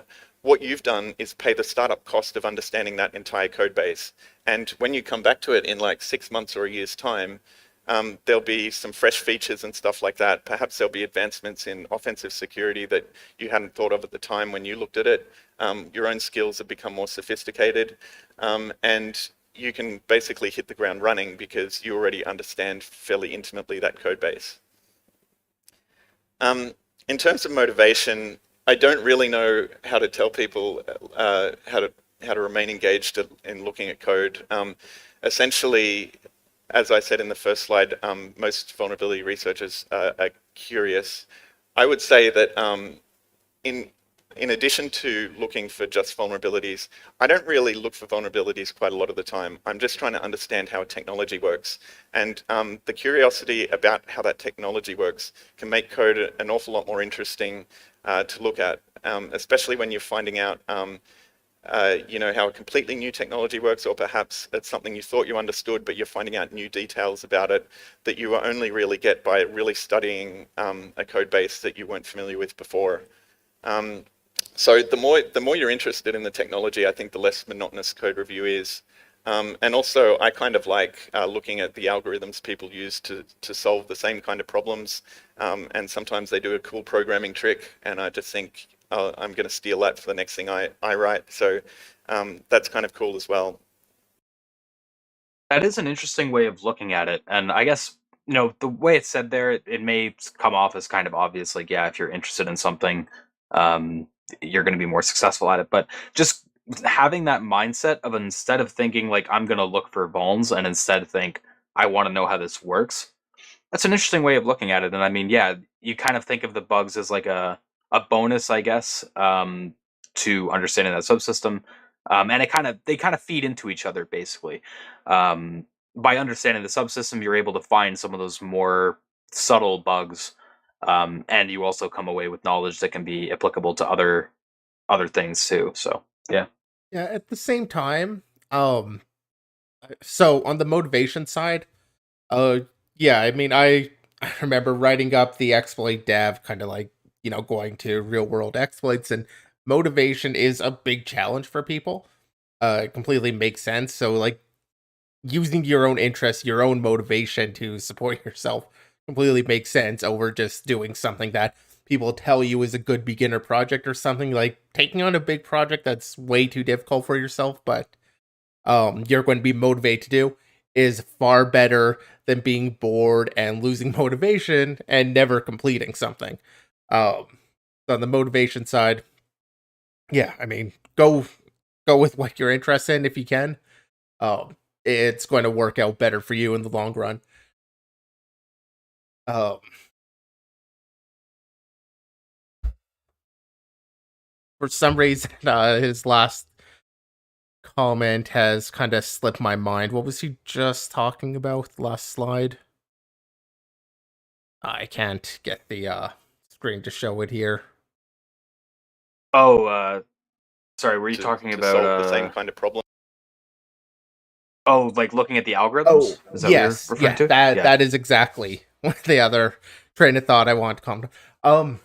I it sounds good in theory, but I mean, yes, understanding the code, you're going to be able to find more. Like if you're looking at the algorithm, just understanding it, and I mean applying that just across, looking at multiple implementations or like what the spec is, things like that. At the same time, there is a point where you just have to go and look for particular bugs in the code too. Scanning for the signed versus unsigned comparisons and casting and things like that. Like that doesn't necessarily come just through understanding the algorithm. Um, Perhaps we just have a different view on that, but yeah, I mean, it makes sense for one approach on finding the bugs, but it's not the only thing, in my opinion. Into problems, and sometimes they do a cool programming trick, and I just think, oh, I'm going to steal that for the next thing I write. So can't really talk about motivational problems in vulnerability research without talking about bug patching, because it can be pretty brutal. Bugs being patched is a really frustrating experience, but if a security patch comes out for something that you already found, it's also kind of evidence that you're on the right track. You understand what vulnerabilities look like in the context of this code base, and it's just been validated for you. So that can be some motivation to keep going.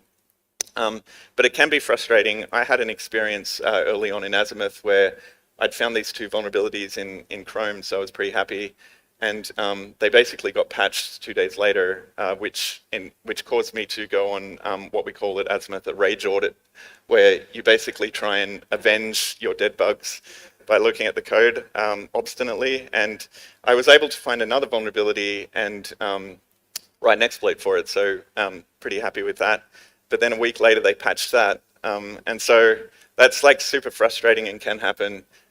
I guess you can take up boxing or something. I was able to turn this into a positive because I looked at the advisories coming out from Google and noticed that the same guy had submitted all of those bugs to Google, and so I just hired that guy, and that took care of that problem. So a tip is start a vulnerability research company and then just hire everyone if you can. Patches are also a double-edged sword, really, because as well as things being patched in your face, they're actually really good documentation for when you're familiarizing yourself with the code base. They're really good because they tell you, like, you can go, when you go through patches, they can give you inspiration for ideas that you didn't yet have, or variants or patterns that you hadn't yet thought of. And they can help you understand what bugs look like in the context of this particular code base, because they will show you, you know, where a bug is, but they won't really, but it might not be immediately obvious what it is or why it's a security problem. And so going and working that out can be really helpful.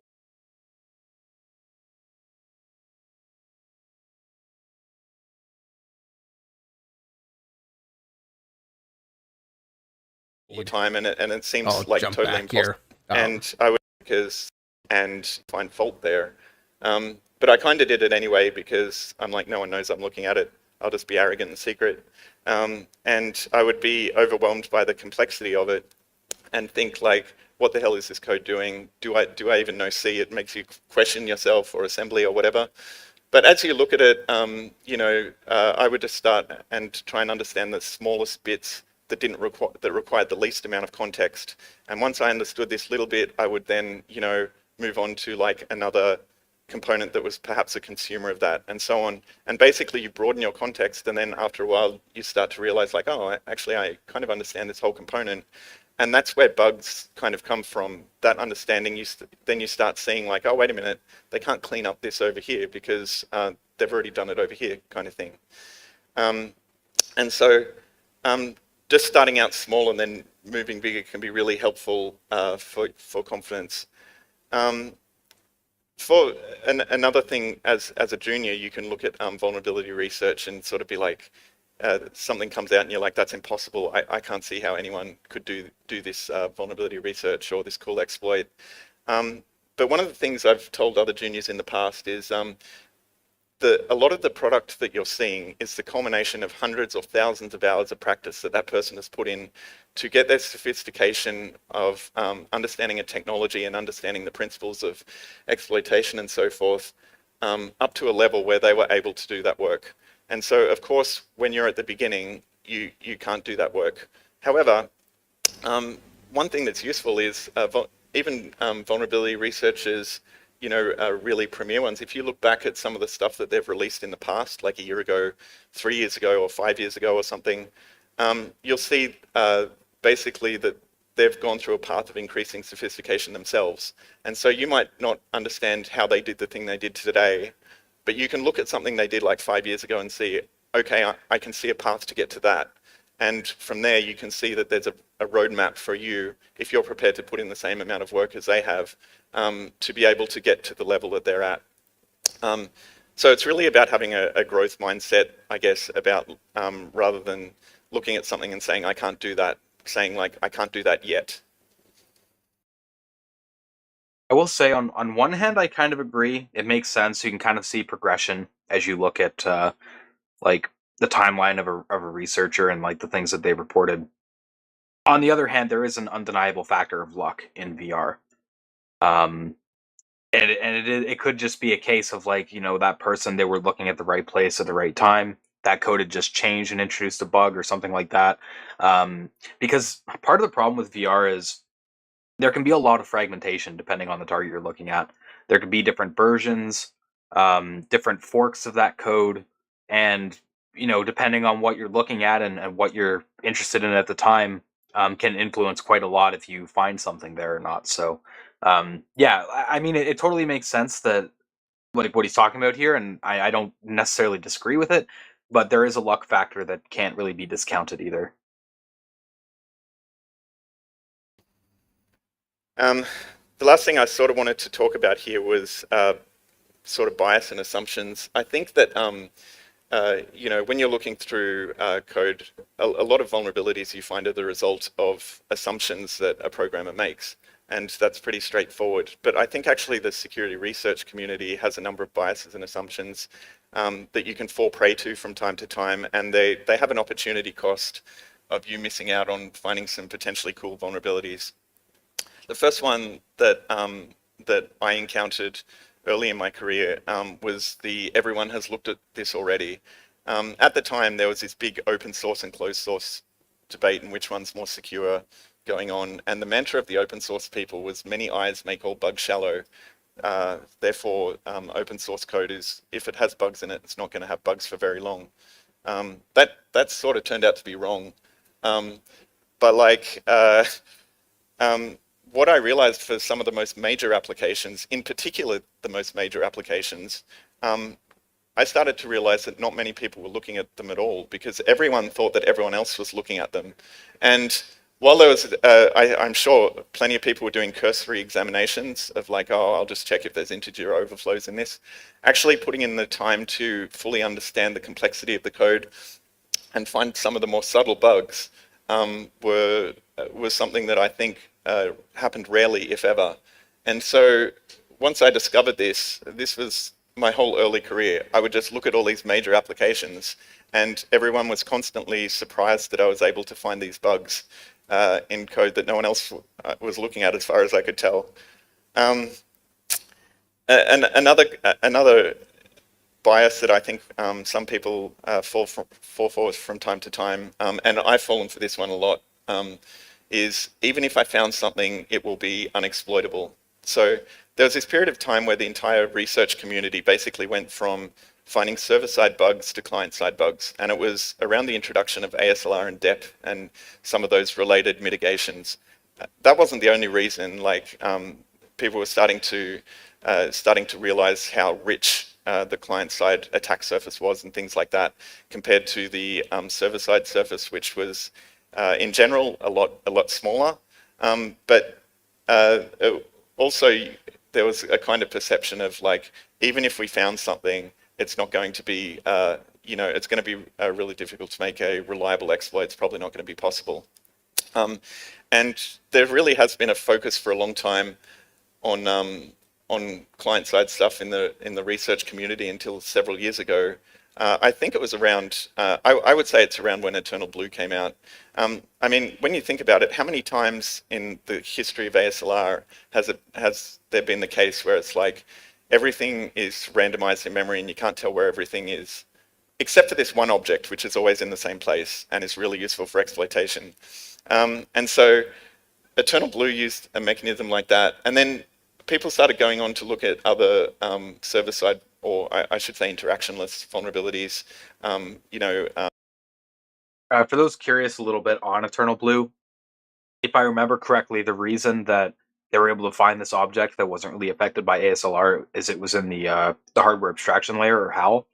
So it was just kind of one of those cases where most of the code base was ASLR, but then there was this particular place being HAL where at the time Windows just didn't or couldn't ASLR it because they hadn't factored that into other places that reference the HAL. So one of those bypasses by way of subsystem considerations, basically.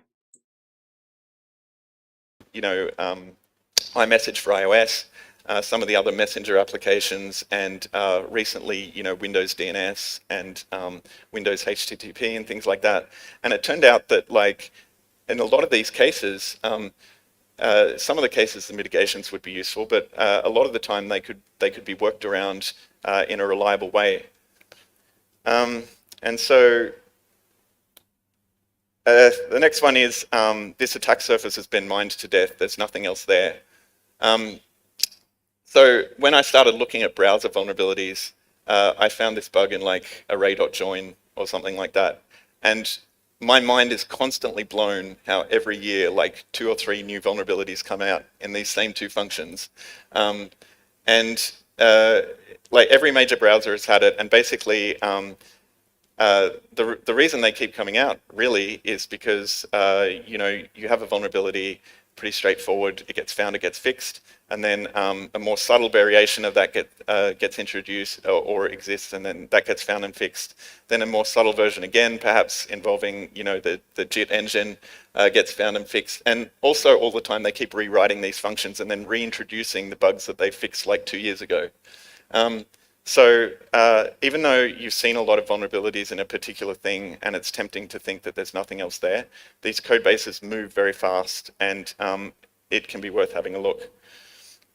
The last thing I want to mention here is a lot of the times you can have this subconscious kind of bias about how a protocol or how a well-formed file for a particular thing you're looking at works. And it's amazing how much it can influence the limiting of your imagination sometimes. And, developers do this all the time because, that's where you sort of find bugs. They write something that implements a protocol or whatever, but it allows you to do more really than what the protocol specification says. But one thing I've found useful in the past is I purposely don't read any documentation about the technology I'm looking at until I'm halfway through. And I found that the times when I've done that, there's a lot of times where the experiments I've done from reading the code, when I go and read the protocol documentation, suggest that that's not a thing at all that can ever happen. And it's kind of surprising that a program can do it, and it hadn't occurred to me. So this one surprised me as like an approach there. I, prior to seeing this talk, really hadn't even considered putting off reading the documentation. My approach has largely always been reading documentation to help understand the code rather than putting it off. I haven't had a chance to actually try this approach. I want to. Another project is actually try this. Like, makes a good point here. Seems pretty reasonable, but yeah, this one kind of surprised me a bit. The theory behind it totally makes sense because I've caught myself doing it before where, I'll be reading like a comment or something in code and it'll be like, okay. And then I just kind of take that at face value and keep going. It's easy to not check those assumptions and just like trust the documentation where, that's not necessarily a good idea. So yeah, I mean, it makes sense, but yeah, I was this is kind of a new technique to me too, and it is very interesting. Yeah, I mean it's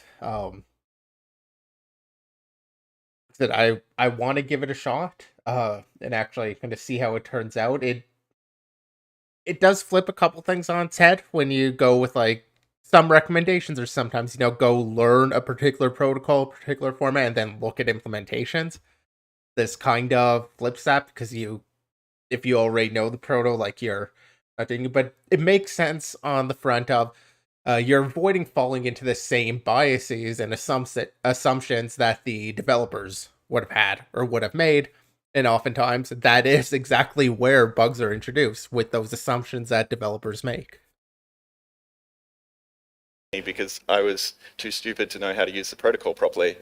And so I now specifically do that to avoid the bias and then go and read it halfway through to resolve the ambiguities that I didn't quite understand when I was reading the code. So that's really all I want to talk about for the the mental aspect. There was a lot more stuff that I wanted to pack into this this presentation, but it was going to go for like 4 hours. So this is very brief, and depending on how it goes, I'll follow up with a lot more of the material that I cut out. But I'm going to move on to the major auditing processes now. Again, a couple of major points, but not nearly enough time to fit everything in. Okay, so this is something I talked about a little bit in the previous sections, attempting to understand the code. This seems like a silly thing to say, really, because this is obviously the object of vulnerability research. But over my career, I've noticed that a lot of people try to actually put quite a lot of effort into short-circuiting this process, and rely on tools such as fuzzes, static analysis tools, and perhaps taxonomies on bug classes and things like that. These things are very useful, and I might kind of be heading off what he's also about to say, but this is part of why in our like getting started series, or not getting started, in our like CTF to real world series, I talked a lot about like not jumping into fuzzing as a next step. Like, if you know exploit dev, you know some of the exploits, don't jump into fuzzing, jump into manual auditing. because I feel like fuzzing kind of, just gives you a shortcut to not needing to actually learn how to find the bugs. You learn how to build the thing that finds the bug, or finds some subset of bugs. But it's not that fuzzers have no use or static analysis. I lean pretty heavily on both. So, like, they have their place, but I feel in the process of learning, actually doing the manual auditing, you learn a lot more, and it also gives you knowledge that's going to help with the exploit dev if that is really just all you care about. A little bit of a tangent from what you're saying, but from chat, Seth Nazgul said, "Oh, geez, assuming there's documentation, of course, that will be dependent on what you target." Yeah, so I do just want to clarify here. I believe he's mostly talking about like source code review, and that is kind of important because source code review and binary level auditing, where you're reading assembly and whatnot, is a fairly different process. Obviously, if you're auditing a closed source target, then the documentation approach is not really relevant because you're not going to have any, or you might have some, but it's going to be very limited. In that way, binary binary auditing is almost could be more like useful in the way of avoiding some of the traps that he's talking about. Because a lot of the traps he was talking about was falling into the same biases that the developers make, reading too much into the documentation or trusting the code a bit too much. Whereas with the binary perspective, you're kind of forced to grok the code base more and try to understand everything. So yeah, but this talk is mostly focusing on like the source auditing perspective. So I did want to just call that out. It is, and a lot of things these days are, source available. I mean, a lot of things aren't too. If you're sitting on Windows, there's a ton of stuff that also isn't going to have source, but a lot of the big targets, Android kernel, um, when it comes to iOS, you do have some of the XMU kernel at least available, but that's not everything. Browsers, if you're doing browser exploitation, Chromium, WebKit, both open source. If you go for Firefox, it's open source. So a lot of options for some of the serious research also does have source available.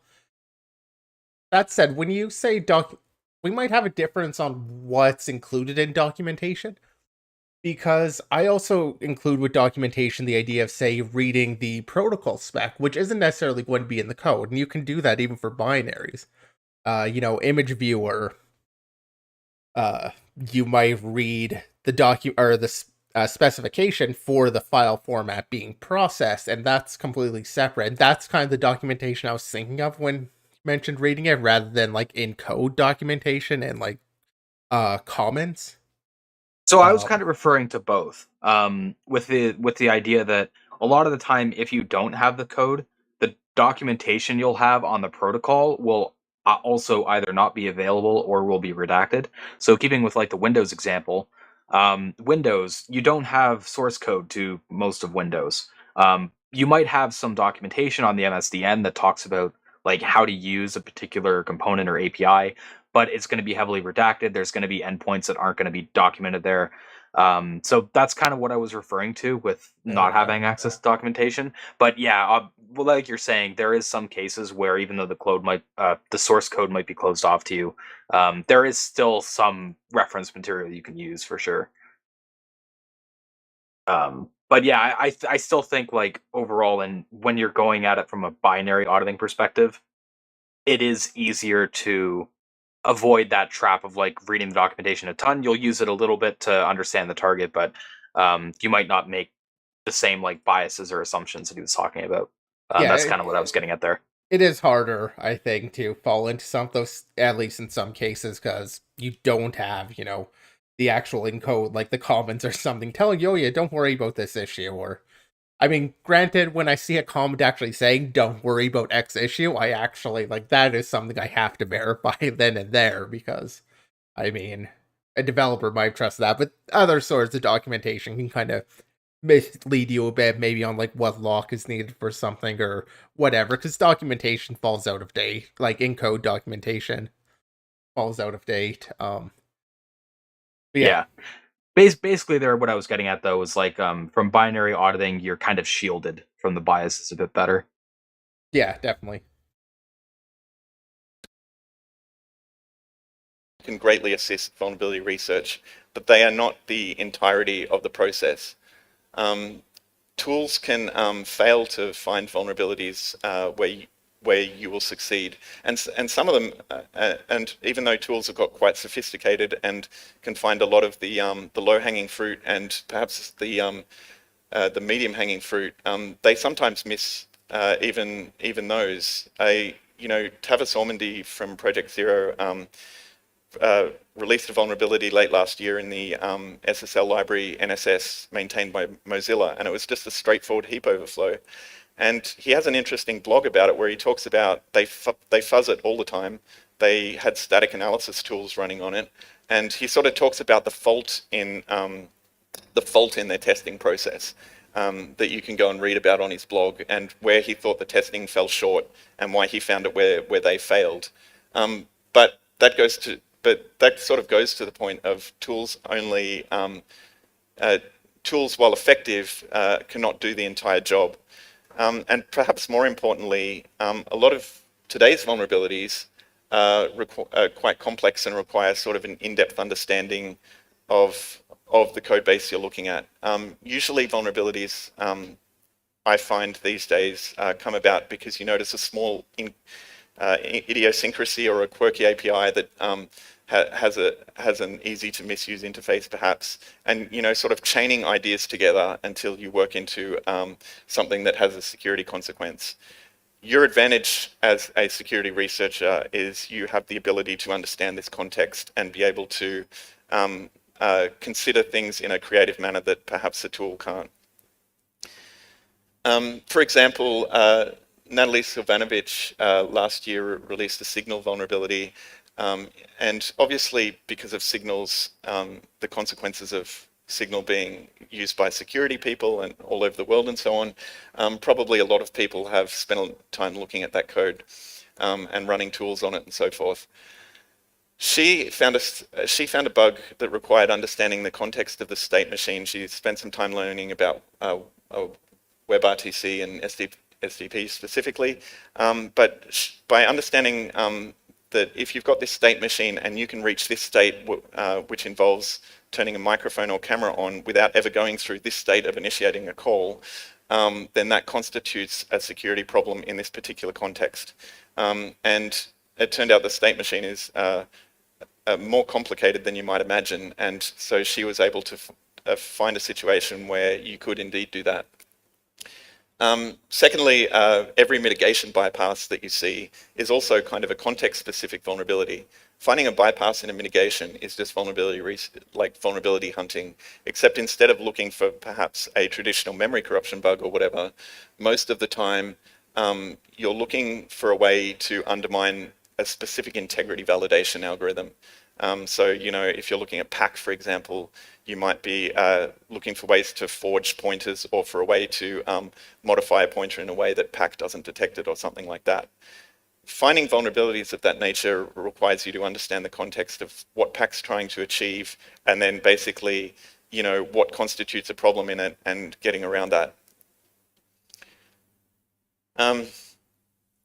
So going back to the inconsistencies thing, Ian Beer also, I didn't mean all these examples to be from Google. I should have, checked this more carefully. But Ian Beer did a good use after free that you can go and read up about as well recently in the iOS kernel. And this also kind of displays how having a really good working knowledge of what you're looking at and building one little step on top of the other can result in an interesting vulnerability. Without going into too much of the details, basically he identified an API that he thought was quite quirky. In simple terms, it was a function designed to take a port object and add a reference count to it. And he noticed that in one particular case, it won't actually be able to reference count it, and it will leave it as it was. The second thing he then found out is that function signals when it's unable to add a reference count, but there's one case where the function gets called where they never actually check that.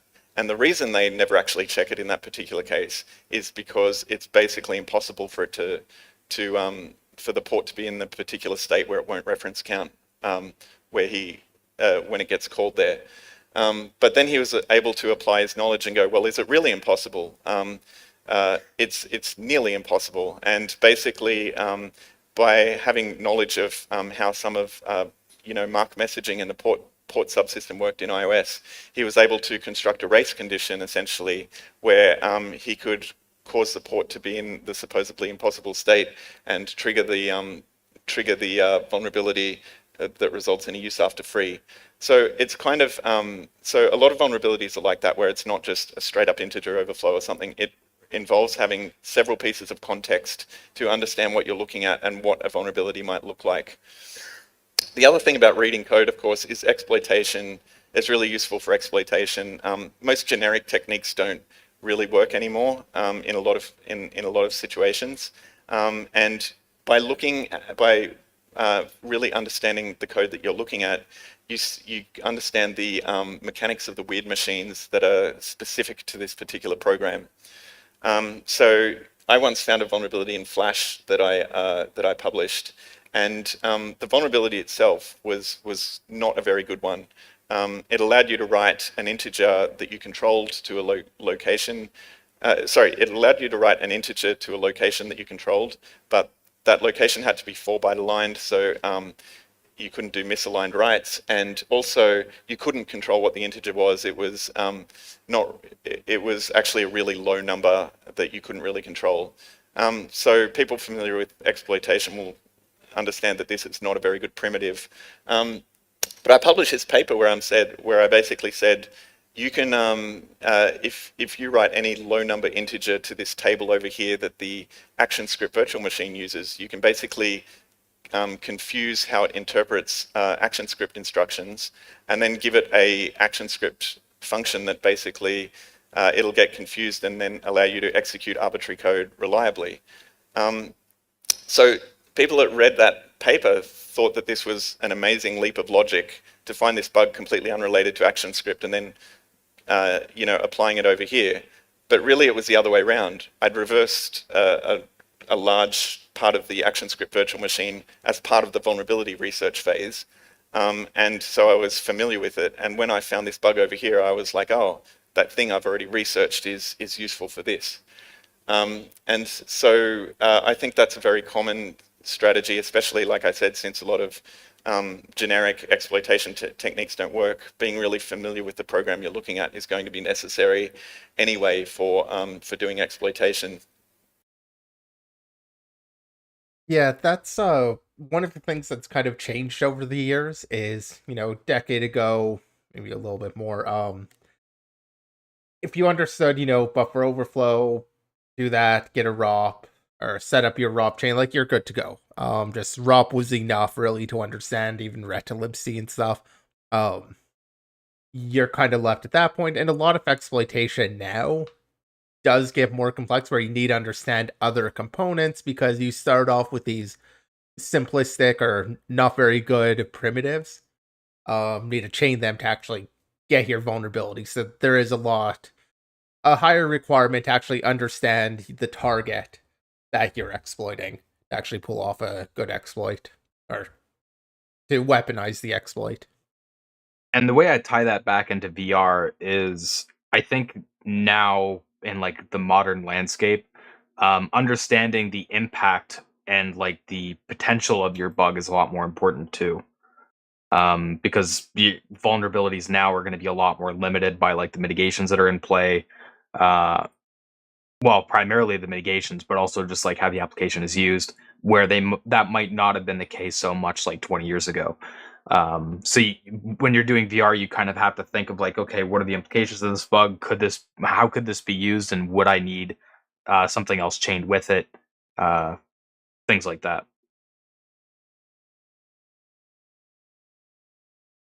I guess my maxim is sort of, the more you understand about how a program works, the better equipped you are to find bugs and to exploit them.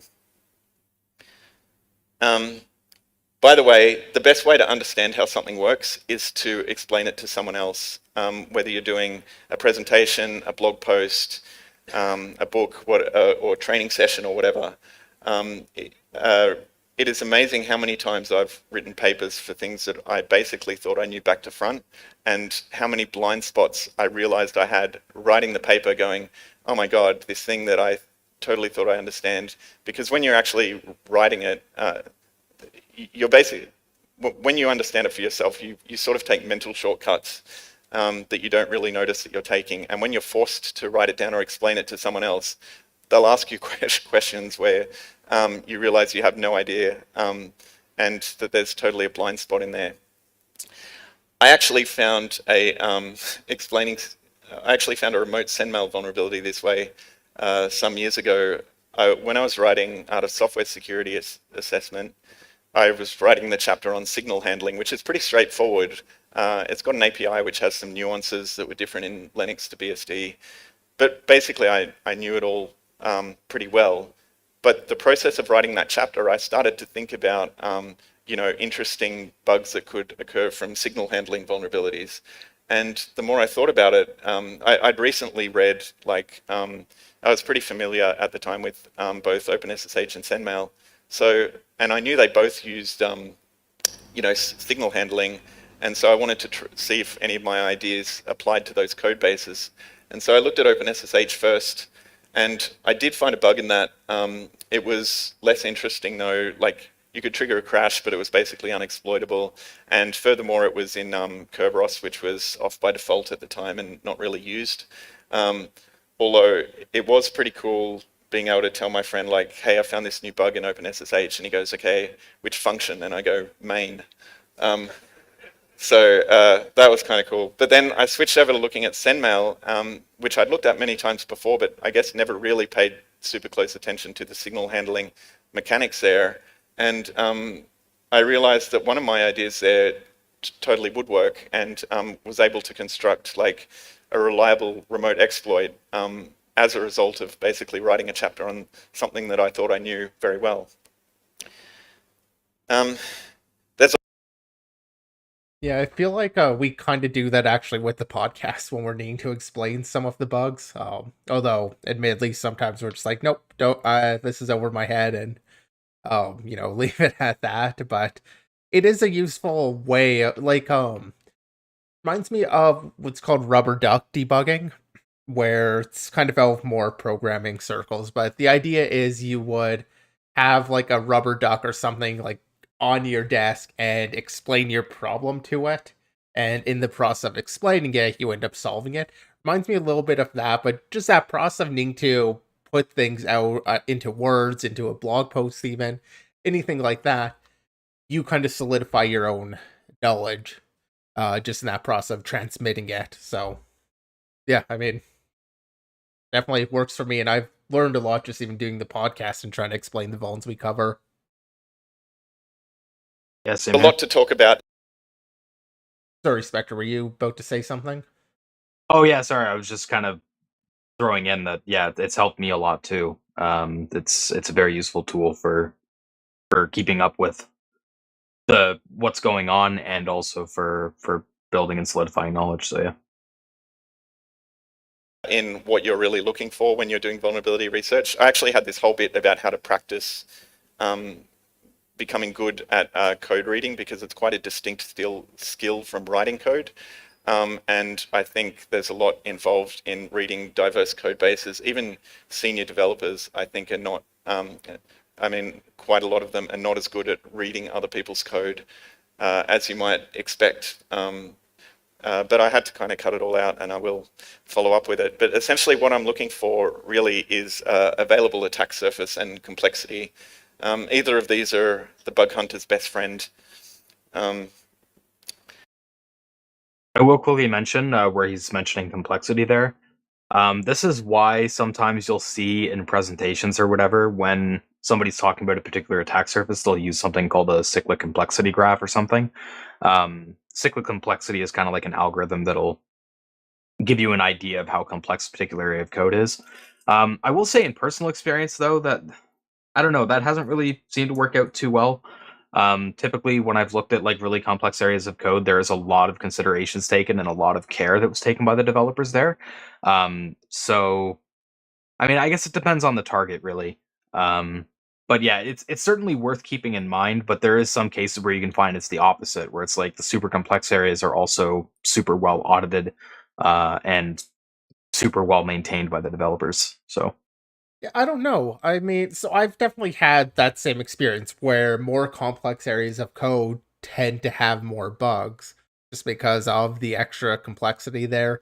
Um, yeah, I don't know. I feel like I've kind of had a different experience from you, so maybe it is just all coming down to anecdotes, but at yeah, least I mean maybe it makes sense though if you're looking at more hardened targets, more people are also going to look at those places because of the complexity thing. There's going to be more bugs there, although maybe that's falling into the assumptions that have been brought up earlier, thing everybody else has already looked there.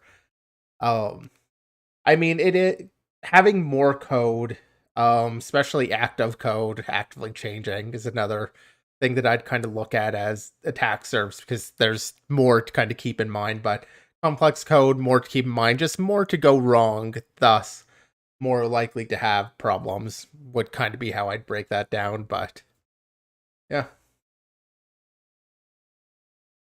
One thing I kind of wanted to mention about attack surface, obviously the bigger attack surface, the better. But you know, one thing that I like to keep in mind after I've looked at the most obvious attack surface is that quite a lot of the attack surface can be a little bit indirect. So returning to the browser example we had before, you know, looking at something like array.concat might be a direct part of the attack surface, but then looking at JIT generation, like a lot of the modern bugs, is kind of an indirect attack surface. It's like a second order attack surface, you might say. Even one interesting thing is even mitigations are an attack surface. Obviously mitigations are put there to prevent exploitation, but they're introducing complexity and hence attack surface. And there's been a couple of pretty good ones. There was a mitigation that Adobe put into Flash a few years ago because there was a lot of Flash vulnerabilities coming out at the time. And they changed their heap implementation to basically do So I feel like a few years ago might be a undercounting of the years. Because even a few years ago, Flash has been kind of dead for a while. Like, I don't think they've updated it in just like 3 years. yeah. I'm trying to remember. Was it like I think it was like 2016 when the pitchforks came out for Flash in mass. So I think that sounds about right. I don't remember the exact year, but I mean, I feel like Pitchforks might have been out sooner than that, but I feel like 16 might have been when like Chrome stopped actually like running it by that's what I was default or thinking even of. giving you. That's what I Yeah. consider like the flashpoint, I guess, is I didn't mean a pun there, but yeah. Um, you know, the point of no return where it's like, yeah, when Chrome started to kill it, that's when it's really like falling off, yeah. Okay, I guess in fairness, actually, I just looked it up, and the last like end of life was actually just December 31st, 2020. Um, so in theory, Adobe has been updating it, so maybe this is more recent than I thought, but I also didn't think it was too interesting from the exploit or like vulnerability perspective because of that significantly reduced user base. Although, I mean, maybe, yeah. I guess I don't know. delayed freeze, and the idea was to make heap grooming more difficult, so exploiting Flash would be more difficult. But in doing so, they actually introduced a vulnerability in their heap management algorithm that led to direct memory corruption. So, like, basically, their mitigation was worse than the thing that they were trying to mitigate against. Also, your initial perception of the attack surface can sometimes be naive before you start looking at a piece of software.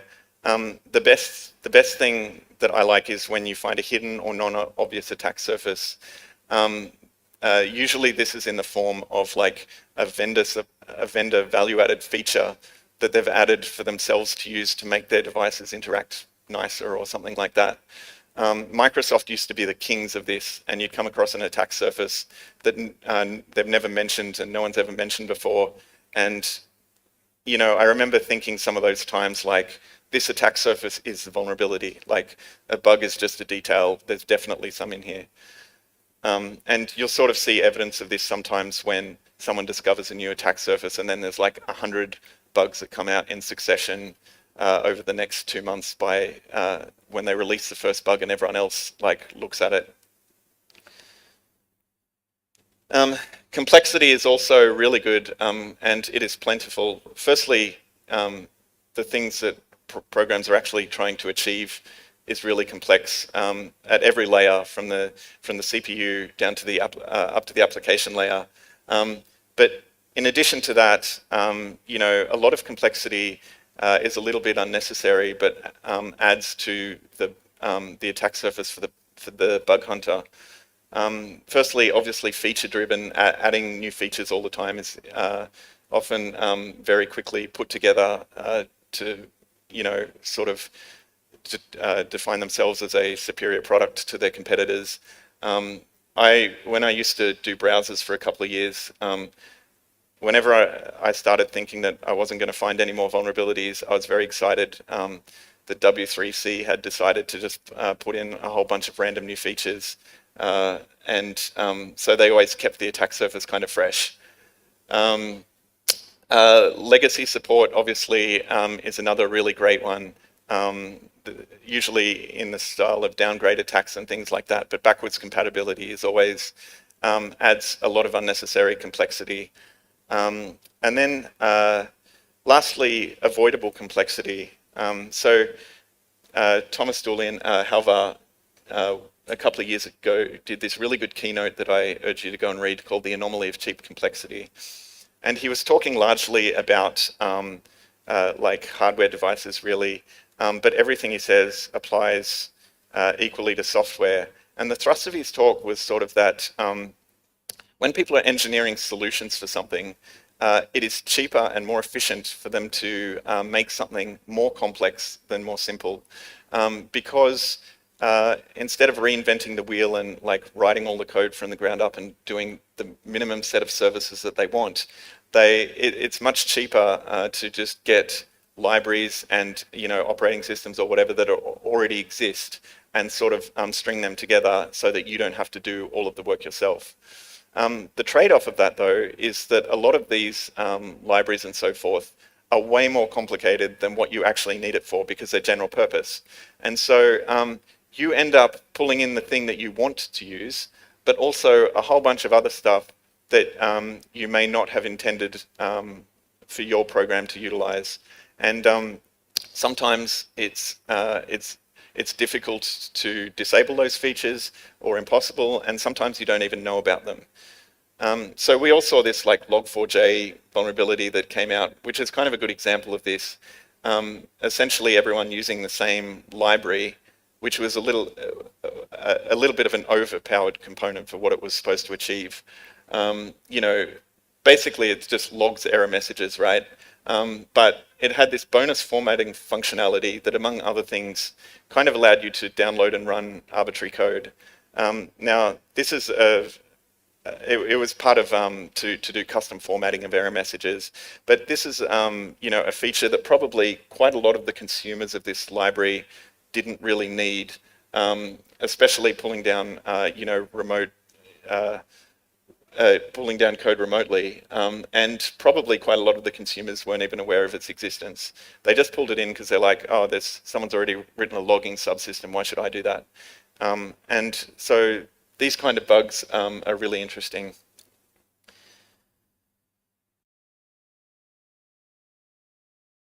Yeah, I mean, that happens quite a bit. At the same time, I feel like that then becomes an argument for, oh, well, you know, let's write everything in-house. And going kind of bespoke for everything also introduces bugs because you're going to make the problems that, you know, the developers who are like focusing on solving one particular problem, like logging, they're going to have solved a number of issues or challenges already that you might not even be aware of or thinking of. And so more likely to introduce certain types of bugs too. So it is a bit of a trade-off. There are arguments on both sides. But I did want to call, like, I don't think this is an argument for just never use libraries or only run your own code. just because of complexity, because it also means more eyes on actually considering some of the potential problems. Borrowing ideas is another fun one. I sort of talked about before how diffs are really useful for seeing what vulnerabilities look like in the context of a particular code base. But also just the bug trackers in general, they're really interesting to see what kind of bugs have been present in the code base before. Some of them security bugs, but some of them just crazy bugs that they've run into during the lifespan of this program in their operation. And you know, some of those things they don't recognize had security consequences, or perhaps didn't have security consequences at the time, but now you're like, oh, that idea actually, if I can replicate that now, that might be problematic. So it's good for inspiring new ideas, variants in other code bases, and you can also, you know, when you have these new patterns, you can sort of think about, you know, perhaps how to automate them as well. More than one person has also told me, and this is totally mean, but I guess it's viable, is they track commits by specific developers that they think make security vulnerabilities, security consequential mistakes often, and they track all their commits and go and look at all their code, which is kind of rude, but I guess it works. Comments in the code also, comments in the code base itself is also pretty useful because again, they document things that you might never have thought of. I've found bugs in one or two applications before because I've looked at comments and they've sort of said, they've sort of talked about a complex bit and why they did it. And then I'm like, oh, well, I wonder how the other guys got around this, and they hadn't, essentially. It is kind of interesting because with VR, you have these different paths you can go, where you can go straight into like, okay, auditing the code base, doing some testing of assumptions that are in the code, but then you also have the meta side of things where you can start, you know, commit surfing, doing the thing like he was talking about with trying to track patterns of which developers introduce bugs and tracking their commits. You can also do things like trying to determine if vulnerabilities are reintroduced, like trying to track bad code changes that way, or like doing variant analysis kind of falls into that track too. So yeah, like you can kind of go these different ways between doing like, you know, just auditing the target as it is in isolation, and then also looking at the meta side of things. Obviously, if you have access to that information, which you don't always have, but um, yeah, I mean that's an interesting way of going about it too, and it's not really talked about as much. But I mean, it seems like a totally viable way of going about it as well. Yeah, so he actually kind of called out a while back there when he was talking about Natalie's research on like state machines with WebRTC stuff. Um, as another approach from what you've said is like, you know, understanding the protocol or file type or something like that, and then looking at these different implementations. He kind of touched on that, I think, kind of with the last slide there of, you know, how noting the problems one of them raises, it's like, hey, I have this sort of problem. They document that in the code. How does the other implementation actually deal with that? Is kind of another high level approach that you can take that I haven't done it explicitly, but in doing the consulting, I have occasionally had times where I would do an assessment of one product. Later on, you know, I'd get an assessment of a similar, like a competitor product or something very similar, kind of doing a similar thing, and be able to apply that knowledge. Like I remember they had this vulnerability or had some weird code protecting against one, so I'd be able to apply that onto other ones.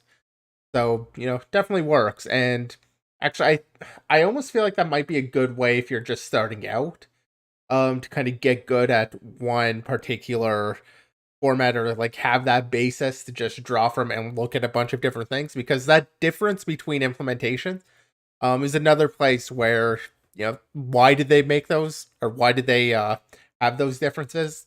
Might be introducing bugs. Yeah, I guess it's just one of those things where it's easy to underestimate or undervalue fragmentation. Like fragmentation and the discrepancies between different implementations is a big problem with like a lot of libraries and products and stuff, and it's just not really talked about or focused on for whatever reason. Or maybe it is, but it's just not talked about as much in the context of like vuln research and exploit development. Document your findings. Developers and I think vulnerability researchers are pretty poor at documenting in general. But when I talked about the stuff related to failure, one of the things I said was you're going to want to come back to these code bases later, and for you to do that effectively, you kind of have to take notes about the bug candidates you had, the idiosyncrasies you had, data structures and algorithms, and it's really important to document failed ideas. It's as important as documenting all the other stuff. I have wasted quite a lot of time in my life by going back to a code base and seeing something, and I'm like, that looks like a vulnerability, and not far into it, I realized that I've looked at this exact thing before and decided it wasn't a bug, but I never wrote down why. So usually what I think is, I was on crack last time, this is totally a bug. And I do the exact same process of spending hours chasing it down before getting to the endpoint and realizing why it wasn't a bug, and then remembering like, oh yeah, I discovered this last time. So writing down the ideas that failed and why they failed is really useful. So when you go back, you can just check whether that particular condition has changed or not. And so this is all with the idea of having a long-term view. Like I have notes on code bases that span a decade of that code base. And so if you're spending any significant amount of time, looking at a particular code base, these notes will become invaluable. I sort of talked about this before. In fact, I told you guys this already on Twitter, but I'm not the first person to say this. If you spent the amount of time putting in the work to understand how a particular technology works and a code base works, one of the best ways to maximize that is to look at everyone else who is implementing the same thing and seeing if they make the same mistakes, because very frequently they do.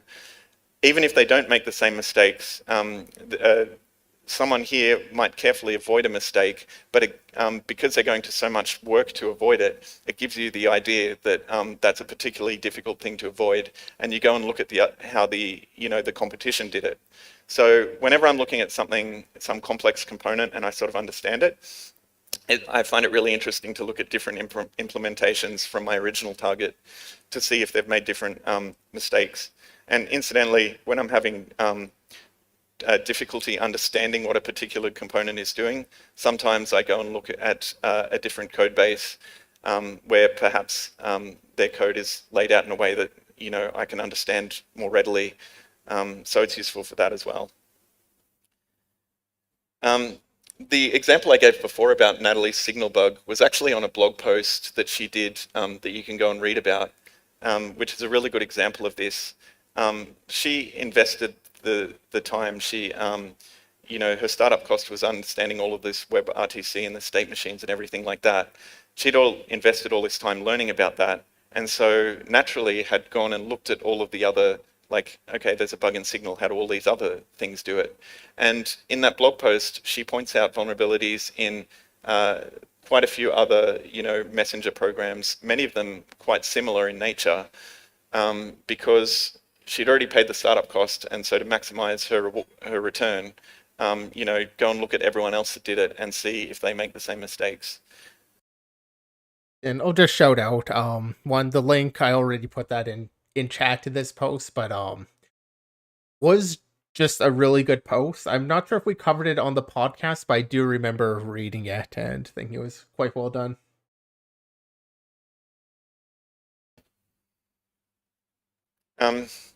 Revisiting code bases is another thing that I've sort of talked about before. Code bases are not static. Code gets rewritten, features are added and changed, and also the environment is not static. The state of mitigations and stuff like that changes. I've had, and I'm not just talking about re-looking at the code bases to find new vulnerabilities, but even to look at failed bugs. So when I was talking about documentation and recording failed vulnerabilities, I had an example not too long ago where I found a vulnerability that was like an overflow in a data structure, and the fields that I could overwrite were not useful at all. They basically weren't used ever again. I also couldn't overflow far enough to overflow into adjacent memory to do something useful there. So essentially the bug was pretty useless. But I went back to that same code base a year later, and they'd added some new features that were completely unrelated to the stuff that I'd found a bug in. But the consequence of them adding those new features were they'd added a couple of more members to that data structure that I could overflow into. And so this bug that was useless before suddenly became useful because I was able to use these new fields to do something that had security consequences. I also had one other vulnerability several years before that where I was really excited when I found it, and when I went to trigger it, there was a null dereference that triggered on the same code path to where the interesting vulnerability was, and there was no way around it. And so that was, obviously frustrating, but again, I went back and looked at that code base later, and they'd fixed the null dereference, but not the other vulnerability. And so having an idea of what bugs you have that failed, and then checking whether those conditions are still true in newer versions of the code base can be really useful. I'll extend onto that and say not even just like actual proven bugs, but even just weird behaviors where it's like you notice that, hey, this could be a bug, but the developers basically got really lucky because the way they wrote this code doesn't allow an exploitable condition, but it's like really close to being one. Even cases like that, just a later code change could end up breaking. Like if you have like a really brittle code path or like memory access or something, yeah, some change that might not even necessarily be related could easily open that up to be an actual serious security bug. So. Yeah, that's one of those things I kind of like the phrasing of saved by the bell, where, the code is just like it's safe, but just barely. Just keeping notes on that and coming back to them for sure. Environment the same. Usually adding mitigations and heap hardening and stuff has the effect of making bugs unexploitable, but that's not always the case. Again, there was one vulnerability I found where I could exploit it, but not very nicely, because it was very hard to do a particular heap groom, and essentially when you got it wrong, you corrupted some metadata on the heap, and it would crash immediately. And then later on, they rewrote their heap implementation to remove encoded metadata from the heap and have it out of band, and it made the exploit dramatically more reliable because if I got the heap groom wrong, I could just try again and there was no consequences. And so even though things generally get more secure and harder to exploit, that's not always the case. This is one of the most key points that I want to make, apart from really understanding the code you're looking at, is to analyze your failures. Vulnerability research, you're constantly dealing with incomplete information, which is what makes it so hard to stay motivated. You can look at a code base and go, did I do everything right and there was nothing here to find? Or is there things that I'm just continually missing? And it's not very often where you get a chance to have that question answered for you. So of course it's very frustrating when you spend a bunch of time looking at a code base, don't find anything, eventually abandon it and move on. And then like 3 months later, someone finds this amazing exploit in exactly the thing you were looking at. But you can actually use this as a learning opportunity, and it's a fairly unusual one. You can go back and look and see, it's very much worth your time to go back and look and see what is the bug they found, and why did I miss it?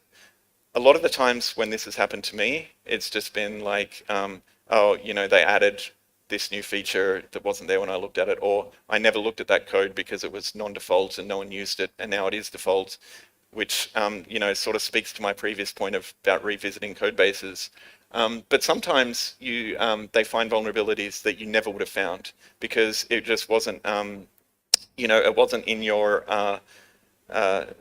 I guess, in your mind to look for some of those things. Or they found a vulnerability that you found a few of the idiosyncrasies, but you never quite put them together in the way that that person did to discover that it had security consequences. So basically, you can go back and see why you missed it. If it's something that you totally weren't aware of at all, then you sort of realize that you have a blind spot in your vulnerability research, and you can go and learn about the concepts that person used to find that vulnerability, and sort of add to your mental arsenal of things when you're doing vulnerability research. And then if you found a few of the idiosyncrasies but didn't put them together, again, this can suggest to you that you're on the right track. You're finding the right kind of elements that make up vulnerabilities, but perhaps you need to work harder on like brainstorming, putting those things together before you abandon it and move on. Yeah, and I guess I'd also add in there, like, the failure happens. We're all human. We all make mistakes. We kind of started off, or he started off the talk with, there is a lot of failure that happens, and started off by talking about failure. And I mean, that's just another aspect of it. Sometimes you miss the bugs, learn from it, and move on. I mean, don't beat yourself up over it. The last thing I sort of want to talk about is tooling. I sort of mentioned this before. Tooling, and mainly I'm talking about fuzzing and static analysis stuff here. These can save a lot of time and energy, and it is worth your time to go and see what's out there. Usually, for some of these tools to be effective, they won't be off the shelf perhaps as effective for some of the larger targets. You'll have to take it and add your own understanding that you've gained from the context of this to find specific patterns that perhaps you're aware of to get more results. But definitely tooling and interactive testing can save you a lot of time and energy, and it's been a big mistake throughout my career that I never really do this because I'm super lazy. But also, actually, like I said before, a lot of the times when I'm looking at code, I'm actually curious about the technology rather than just finding bugs. So, in that respect, getting existing tools and running them is not useful, although admittedly building the tools is.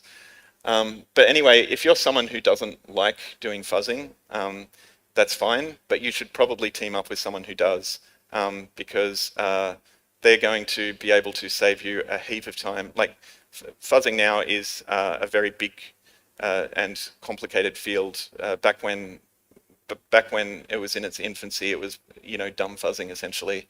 But now it's a very complex field and actually requires you to know quite a lot to be current. So if you're not someone who's interested in doing that, you should team up with someone who is. Yeah, a while back when he brought the tooling there, I mentioned, learning the manual auditing first, like, and I still stand by that, and I said it back then too, fuzzing is an essential part of any campaign that's going on these days. I mean, unless you just can't fuzz. So, like, the tooling's necessary. You need to be able to do that. You need to learn it. And we actually did a discussion about learning fuzzing, because we often talk about this big blob of, like, yeah, learn fuzzing. And what does that mean? It's a lot more complex than it might sound. But yeah, I mean, it's still important to be able to do that.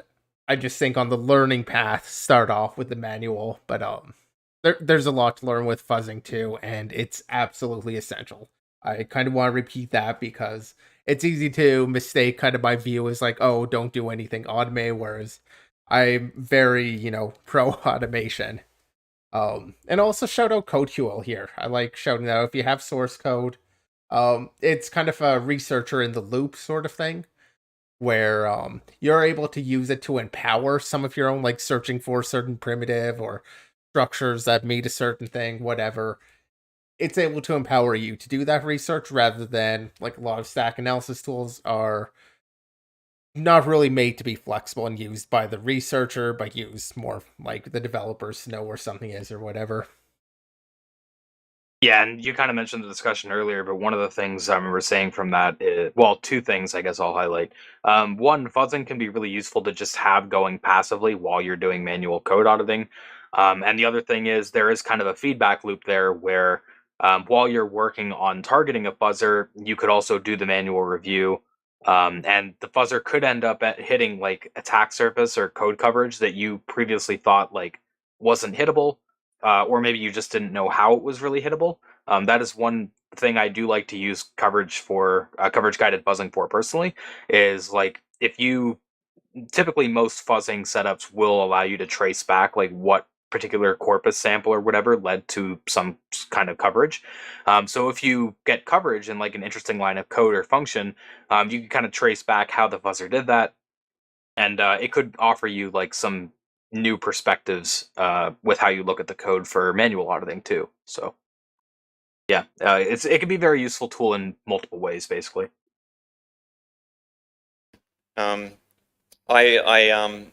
early in my career, I was very skeptical of both static analysis and fuzzing. Static analysis, I basically thought was too academic to be particularly useful, and fuzzing, again, I said it was in its infancy, but it's also very obvious that given time, the sophistication would improve, and more importantly, when people were able to deploy it at real scale and at Google scale, it's very obvious that it's going to find a whole heap of stuff. Richard Johnson, who gave a training at OffensiveCon about fuzzing, said this just a few months ago: world-class bug hunters always begrudgingly accept the power of fuzzing. It's inevitable. That sounds very Borg-like, but he is actually right. It's a really useful addition to your vulnerability research. One thing I would say about tooling, though, is especially for young people that are getting into vulnerability research for the first time, is that it can be a huge rabbit hole that diverts you from ever really gaining the skills you need to really understand code and like be able to read other people's code and understand context. Because basically tooling is writing code rather than reading, which most people are more comfortable with. It's dealing with less ambiguity. You get to solve engineering challenges. You will learn an awful lot, especially if you're making very specific fuzzers and stuff, because as part of building that, you will be doing the reading to understand the context of what you're trying to achieve. But yeah, essentially, if you're someone who does tooling and becomes more interested in that side of things, I guess I would suggest the inverse of what I said on the previous slide, which is you should probably consider teaming up with someone who's very focused on vulnerability research and getting results, because I've seen a lot of times in my career, people start doing vulnerability research and they're like, I'm going to just automate this thing. And then they spend forever doing that and they forget why they were even doing it. And they make this huge complex program that might not even be particularly useful in real life, because the things that they think are elegant and are going to work in their mind don't actually have practice. So by teaming up with someone who's very focused on just finding bugs, you're getting continuous feedback of, I know you think this is cool, but this doesn't work at all. This less elegant idea actually works fantastic. You should do this. Yeah, I just kind of had that that quote that I sort of talked about before. Halvar often quotes me saying this, so I'm quoting him quoting me. It's amazing how much work people will do to not understand something, and that was sort of talking to that thing where, especially early in my career, people would put so much work, like years into, months and perhaps years into building these epic tools, and I'm like, you could have just read the code and found all these bugs. So there's kind of a trade-off there. So that's basically all the rules I could fit in. I guess my takeaway is that vulnerability research is difficult, but it's a learnable skill. That's my cat, by the way. I think that obviously I've only had time to do a very brief overview of some of this is like by no means comprehensive, but I'm thinking of like expanding more on the things that I had to cut out, because I think it is a teachable skill, and teaching that skill involves more than just pointing out what code this code has bugs in it, this code has bugs in it, but understanding the. And I think a lot of content out there kind of focuses in on, this code has bugs in, kind of walking through the path of that code. It was something that really annoyed me where people talk about offensive securities, web security expert, web expert, OSWE. That certification as being this like code review certification because you have to read some code in order to, or the most likely way you're going to finish the exam is through code review, at least involving it. And one of my problems with that course was it really only does that. It's like, here's some vulnerable code and walks you through kind of their path. But, that doesn't really help you with finding them. It's just, this is the, and I mean, I guess in a sense, a lot of it is also pattern matching. So it kind of makes sense that it goes that route, but it was one of the issues I kind of had with that. And a lot of resources kind of fall into that trap of, I guess, teaching it that way. So I really appreciate this post, or not this post, this talk so far because of like taking a different approach to it and focusing on a bit more of what actually matters.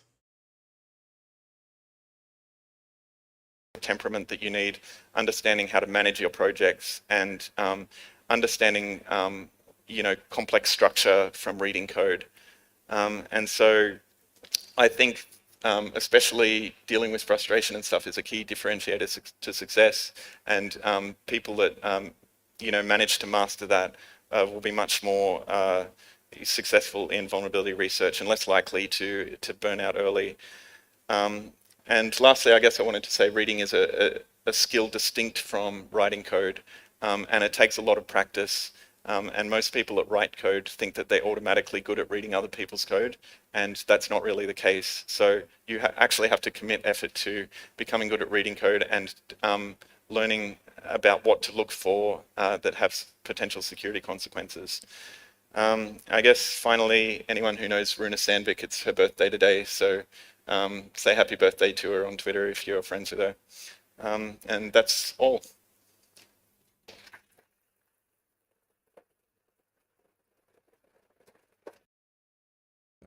So, I mean, I kind of said my last thought there already, but really good talk, and I appreciate kind of the different take on vuln research that often is missed. Yeah, I mean, kind of like what you hinted at earlier. There's some cool techniques in here that personally I'd like to give a try and see if they work out because I think they make a lot of sense in theory. So yeah, I think there's some really cool points out of here. I think I said this when we mentioned it on the podcast, but like some of these things that were talked about may seem kind of obvious if you just look at them and you're like, okay, well, yeah, read like focus more on reading the code over tooling or whatever. But um, when you're actually doing it, like it is kind of hard to keep some of these things in mind, and you just might not be thinking about them. It's easy to get stuck in these grooves that are just not. I don't know, just don't really lead anywhere or just get stuck in rabbit holes really. So learning like how important rabbit holes are and how you can manage them and take things away from them without wasting too much time and whatever, like that is kind of a skill on it in and of itself. He talks about that more so at the beginning of the talk, but yeah, I mean, overall, I think there's some useful things that can be taken out here. Um, and obviously, yeah, I mean, Mark Dowd is a really skilled researcher. We've talked about Art of Software Security Assessment before, saying that it's a really good book. Um, Generally, like recommending books for like VR and exploit dev is not really the route that I like to go. I don't think it's a great medium for it, but Art of Software Security Assessment is kind of the exception to that rule. I do think it is a really good book to look at if you're looking at doing like VR and stuff. Yeah, I mean, another discussion we've had on, no, not on the podcast actually, as a discussion video was kind of about older books. And in general, like things move so quick, but at the same time, reading code, like you're just reading code hasn't changed that much. The code itself has changed, and actually part of the book, a good chunk of it, is a little bit dated as it's talking about some particular APIs in Windows or whatever. Like that's changed. That book was written in 2007, but like the first at least third of the book is completely generic and like applicable today. And the rest of it, like yes, like some APIs have changed, but like certain models have not, so it's still very much applicable, and you can still be looking for those same things he calls out um in some of those later chapters. Uh it really is one of the few kind of older books that I would still actively recommend, especially for that first third. It is largely, I won't say timeless because it's definitely not timeless. C it is no longer a major language or something, and like everybody's using Haskell in the future. Maybe not, but barring that, like Hopefully that's not it's happening anytime soon. yeah. I mean, the Haskell revolution is coming. It's um, like the year of the ARM, or the year of the RISC-V desktop. yeah. I mean, it's a solid book. I'll leave it at that. I highly recommended. But generally speaking, I do prefer um online resource to recommend too, and free resources. That book is out of print now. Like, you can get your print copy on Amazon for like $400. It's on Kindle for like $80 or cheaper if you're in the US. So still accessible on Kindle, or the digital version at least. But I mean, this video is probably going to be another thing I start recommending. Yeah, I think it'll be a really good generic resource because it's talking more about like methodology. So where some of the things we cover and some of the talks we've covered are a bit more target specific. This one, it kind of encompasses everything, right? And that's kind of the goal of the talk. So yeah. Yeah. All right, cool. So that was the two talks that we had for today. Zia, unless you have any last minute things you want to mention, we'll go ahead and wrap it up. No, I think that's all. All right, cool. So thank you everyone who joined us. This will be immediately on YouTube as a VOD. In fact, it already is now technically. So, yeah, we will be back for the podcast next week on Monday and Tuesday. Monday at 3 p.m. Pacific, or sorry, 3 p.m. Eastern, 12 p.m. Pacific, and Tuesday at 7 p.m. Eastern, 4 p.m. Pacific. That will be our last week though before the summer break. So yeah, just wanted to shout out that we do have that podcast next week, but that will be our last for a little while. Hopefully, we will have some other content and streams during the summer, but yeah, just follow our Twitter and check out our Discord for any of the alerts about that. But yeah, other than that, we'll see you next time.